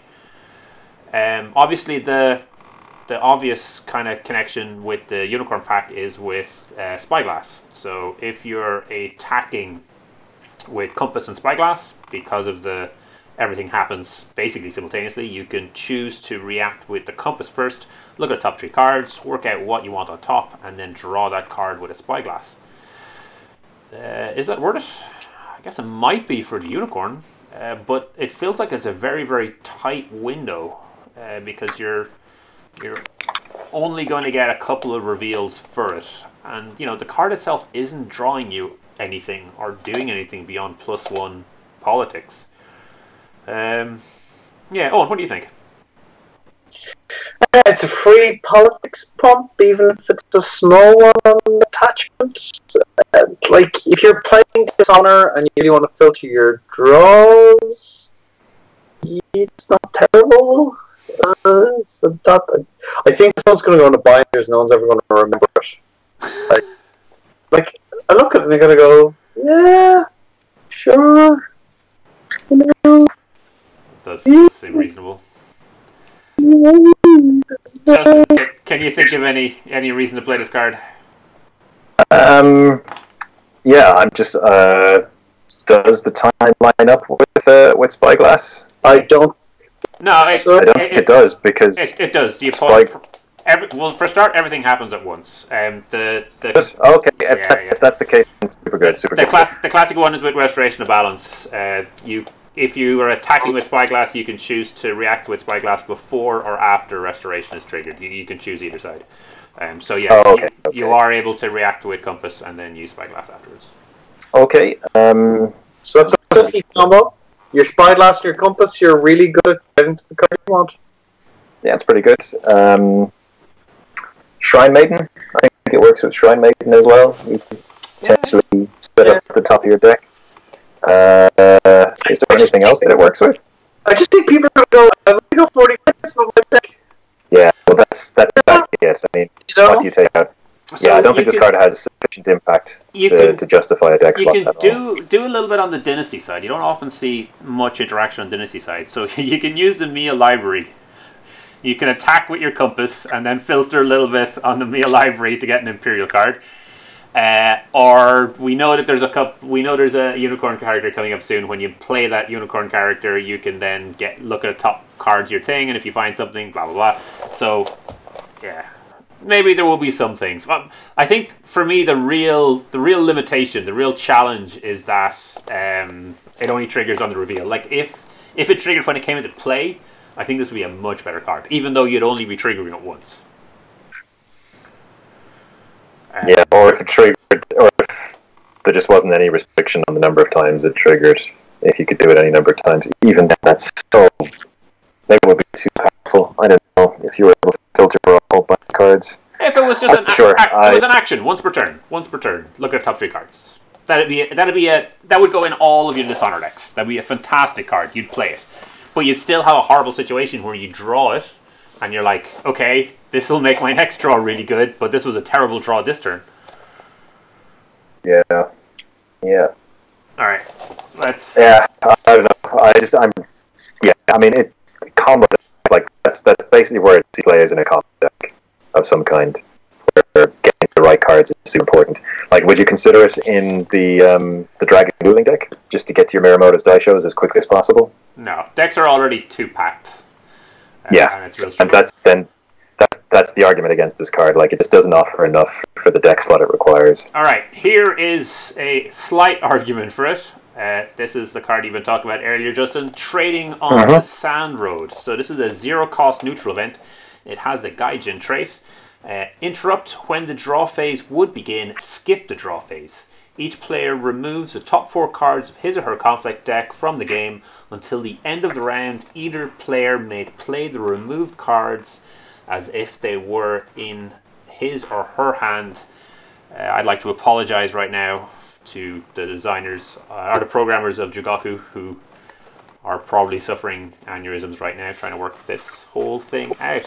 So yeah, Justin, you were talking earlier about a lot of the unicorn only cards. Yeah, so okay, if you're going to be playing this card, you want to leverage the value that it generates as much as possible. So Unicorn have some kind of built-in mechanics and cards that help them do this. So, as we've seen, there are a whole bunch of basically Unicorn-only cards in this set. So if you flip over your 4 cards, and 2 or 3 of them, say, can only attach to a Unicorn character or give a Unicorn character +1 politics for every revealed province, those are cards your opponent cannot play. So you can concentrate on playing the cards that they flipped, knowing that they basically have no access to the cards that you flipped. So you create your own little kind of reserve pile of cards that only you can access from the cards that this reveals. Yeah. Now, so on top of that, you want to play this when you are the first player. The reason for this being that you will have the first option to take an action or to attach something in the conflict phase, like in pre-conflict actions and after each conflict. So if there are cards that you want to attach, you will essentially have the pick of the cards. So if you are playing against a Dragon Miyamoto's Daisho player and you've Miyamoto's Daisho and you were the first player, your very first action will be to spend 2 fate and attach that to one of your characters. If you have that 2 fate. If you have the 2 fate. So, but if you're playing, this is part of the skill of playing the card, like knowing the range of what your opponent could potentially be playing. But holding back 2 fate as a worst case scenario is probably advisable, because there's not going to be much over 2 fate that you expect to see in a conflict. And it does mean that the player playing this card is more likely to have banked a little fate themselves, because they know it'll be more valuable to be able to snipe some of those cards on their opponent. Absolutely. And if it's an expensive deck, then their opponent won't be able to play their own cards. Exactly. So there's always that. And again, you know you're going to be playing this in the Dynasty phase. You can just go buy this 1 cheap guy pass while your opponent is going, buy this 4-cost guy with 3 fate. So you will be much better set up to take advantage of anything that does flip. So someone plays Trading on a Sand Road and a Goblin Sneak gets flipped? Yeah, madness. Who knows what's going to happen? But yeah, chances are the first thing you'll be doing is playing a goblin sneak to try and steal their fate, so they can't play anything from the cards they got. And the final card that you have is Child of the Plains, I believe. Yes. So, the sneak attack. So that basically you can head into a conflict, Cool. sneak attack, and you can just go, right, well, I'm going to play your band on one of my guys. And so Unicorn have basically three ways that this card work. They've got search cards that are Unicorn only. They've got make sure you're the first player, which Unicorn like to be. FFG keep pushing that focus, and someday it might get there. But only get this card when you're the first player. And then the third one is Child of the Plains to get your sneak attack in, so that you get the first action on conflicts. So Unicorn can potentially leverage an awful lot of value out of this card. But on the flip side, you have to include this in your deck to do so. So that's something to be considered. Right. And other things about this card, this card rules combo decks. Combo decks hate this card because, you are going to see and be able to play key combo pieces that they need to work together. Prevents your opponent from hoarding those in their hand and putting together their combo. And if you're a mill deck, this could also potentially work because it's 4 guaranteed cards your opponent must remove from their deck. And so, dishonor and honor cards don't like this at all. No, they really don't, because they're not gaining honor or generating dishonor for dial bids. So this is, Unicorn already pretty strong against dishonor because of Windswept Yurt, but this would be another nail in the dishonor coffin. This would make it even harder for them. One of the interesting ones with this is if someone plays this turn 1, then no one ends up bidding, so everyone is still on blank bid dials. Yeah. Yes, it is. So it's just a thing until someone duels. Yeah. But in theory, you could actually manage to go throughout an entire game without ever reaching for your bid dial because of trading on Sand Road. Can you play multiple trading on Sand Roads? No, because it's a replacement. So because when the draw phase would begin, skip the draw phase. So as soon as someone skips that, then it's not there to skip anymore. Yeah, any subsequent copies would just fizzle. It's another one for the bit heavy transaction in some ways, because you can kind of go, well, you know what, we're getting a bit low on honor, but I love drawing cards, so let's do this. Yeah. And sure, we both get access to it, but I think it's got like Unicorn will get some value out of this. Some other fans will get value out of this. It's also, if you're focused on getting a strong board state, being able to see all of the options that your opponent has can be strong. Obviously, it's not everything, but in the first turn, if they've ended up with 2 or 3 cards left in hand, and then they go into the next turn, and instead of drawing 5, they're drawing 4, but you get to see what they are. That puts you in a relatively strong position to map out the turn, understand exactly how it's going to go. Obviously, with a lot of kind of consideration to take, because you're essentially looking at your opponent having 8 cards they could play, but those are cards that you could play as well. So you get to military conflict, everyone's scrambling for that bonsai. It'll be interesting to see if this could be leveraged by Dragon, because obviously the monk only cards are good, but the flip side of that is as soon as you flip a monk character, then your opponent gets access to those cards as well. So yeah. And actually, everyone plays characters, so this will be kind of interesting. Yeah. Also worth noting that it's potentially a big middle finger to restoration of balance because you're not drawing cards. Good point. So yeah, could happen. Yeah, and even the flavor of the card, where you each put out 4 cards and everyone starts scrabbling for the best parts, is super good. And weirdly enough, this, if you manage to play 3 of these in a row, which I guess would be kind of weird because you're not drawing cards. Yeah, because you wouldn't be drawing cards. Anyway. You're playing Spoils of War, Baz. What are you talking about? You're drawing all the cards.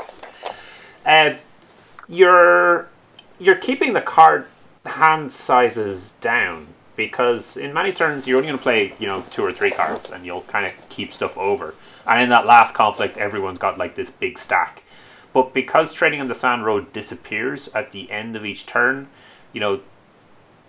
any cards they play from hand go away, and any cards that are not played from the Trading on the Sand Road pool go away at the end of the turn as well. So it might be a way to kind of keep those options down, which strengthens board presence. So we've seen the one bid decks where there's only one card thrive from strong dynasty plays, and this might be a way to get a decent number of conflict cards while also ending up in a similar scenario. Yeah, it's very interesting. People definitely want to play it. So yeah, makes this card very interesting as well, because you're hitting their hand. So even though you're both playing a lot of cards, because it's keeping the number of cards in hand down if you do a bunch of discard effects. Yeah, I mean, a court could be another card that gets fought over immediately if we're trading on the Sand Road, just because it's such a huge impact on the opponent's hand. So yeah, it's a really interesting card. This is really interesting. It does feel like if you're playing this in your deck for whatever reason, obviously you'll have tried to tune your own deck to do certain things. But I think just before you're going to play it, you're going to have to consider what your opponent's playing, what fate they've got, what options they've got in play already, what they could flip, what you could give them. It's a super interesting play. Now we know from some of the discussions Tyler's had that this was tuned and set up to be essentially a fun card with some fun effects that probably isn't going to have too much of an impact on the meta. But hey, maybe there are some clever players out there that'll be able to push it into something that deserves a restricted list. But every card aspires to. It's the highest of praise. Yeah. So, do you have anything left to add on that? No, I mean, it's. I think we'll see some play, and I think it'll be pretty good. And I think Unicorn, particularly for this pack, get a bunch of cards which are like, these are those used to you. I'll have some of yours though. Yeah, so this is our last card. So we have successfully made it to the end of this pack. How do you feel Unicorn have come out of it? Very well. Cheryl Shinjo is still a bit of a puzzle. I think it's going to take a bit of working out, but HMT is looking pretty goddamn scary now. Yeah. I have to say, it's like obviously it's too early to make kind of any tier declarations, but the deck definitely is up. It's strong. And look at the Justice for Satsume, the third pack in the next cycle. See what's in that. Like, you got Shinjo Gonso, you've got the Wayfarer's Camp, and you've got Uji Tactics. And all three of those are just like, ooh, I would like to play a Swarm deck, yes. They're all of that's coming out pretty soon. Oh, and you were saying earlier that we've got some initial indications of when these cards are coming out. So it's April now. Yeah. So if the first pack is in May, the second pack is in June, and the third pack is in July, potentially Unicorn could have these for the August Cohas and Grand Cohas. So Gen Con, for example. Wow. Actually, I think so. We know for Worlds that the full cycle is going to be out. Everyone's going to have their clan packs except for Dragon. I think they're not managing to get Dragon out. So that's a pretty fast release cycle. So we just had the Unicorn pack come out today. Crane pack we're expecting to come out in the next month at some point. Yeah, we think it's likely to hit in April. We've got a few previews of some of the next Inheritance cycle coming out, but then we're expecting Lion, Crab. Is that it? Then Dragon at the end? Have we missed a clan? How many have we had? I'm probably missing a clan somewhere. No, that's right. So we've had two so far. Unicorn and Crane will be 4. Then Lion, Crab 6, and then Dragon 7. Okay. So yeah, we're expecting a lot of releases in a very small space of time, and we're also expecting the Eric's winning deck in its nice shiny. Yeah, and it's full art glory. Yeah, so Alistair and Awesome is Coyote are both saying that 25th of April is when the Crane pack is expected to release. Wow, okay. So that's basically that's 2 weeks. Alright, it's a good time to play Alpha 4. Yeah. I mean, just geographical anomaly. 2 weeks from everywhere. 2 weeks from everywhere. The Warriors of Wind looks like a fantastic pack. I think Unicorn are going to come out really strong with this. We haven't heard yet of any release tournament for them yet, have we? So I know the Scorpion one's been delayed, but we had one for the Phoenix one, and I kind of hope we would have one for the Unicorn as well. But yeah, it puts them in a really strong position. I do think, like the guys have said, that if you're playing Unicorn, you're still stuck on HMT for a while. So that's definitely a pack you want to get. I'd be interested in seeing what the Unicorn decks look like without core set. I mean, how many of the core cards are they looking at? Or have the new cards just been of such high quality that the majority of cards that they're looking at are coming out of that? I mean, obviously you're looking at still some of the staples. You're looking at, your bonsais and your court games and whatever. But yeah, on the Dynasty side, I don't think there's actually a lot that comes from the core set, like Border Rider. Hang on. Alton Sarnai has started appearing in a few, but you might be. She'll be vanishing a second Jackets I releases. I'm pretty sure. Yeah. Utaku Infantry. Yep. Moto Youth. But again, these talking about.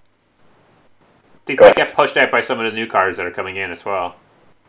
Yeah, potentially, but that's it. I mean, Dynasty side, that really is. It's a couple of the lower cost guys. I wonder if as a brand new Unicorn player might be able to pick up Warriors of the Wind, a couple of strategic packs, maybe attend the right events so you can get your promo bonsais, pick up Eric's deck so you get a lot of the powerful conflict cards, and then you still need there's still a couple of ones like Cavalry Reserves that you just can't work your way around. Alright, but it's a good time to be Unicorn. But even if Unicorn end up with an absolutely busted deck at the end of today, when all these cards release, we have such an accelerated release cycle that I don't think anyone's going to be able to really truly work out what the meta is. I think Unicorn are going to be good coming out of it, much better coming out of this, and I think they're going to be even stronger by a little way into the inheritance cycle if it is doing cool stuff with Bushi. And that third pack for them is just like, it's massive. For that swarm deck, like, they'll bloom into a completely different deck come that third pack. I don't know if it'll be like my instinct tells me that's going to be a strong deck because it's going to be a very different play style, and it's going to be tons of weenies, which can be tricky to deal with. Yeah. So I think that's going to be And like that, the early game aggression playstyle, which they seem very capable of doing even now, and which many of these cards are going to improve and accelerate on.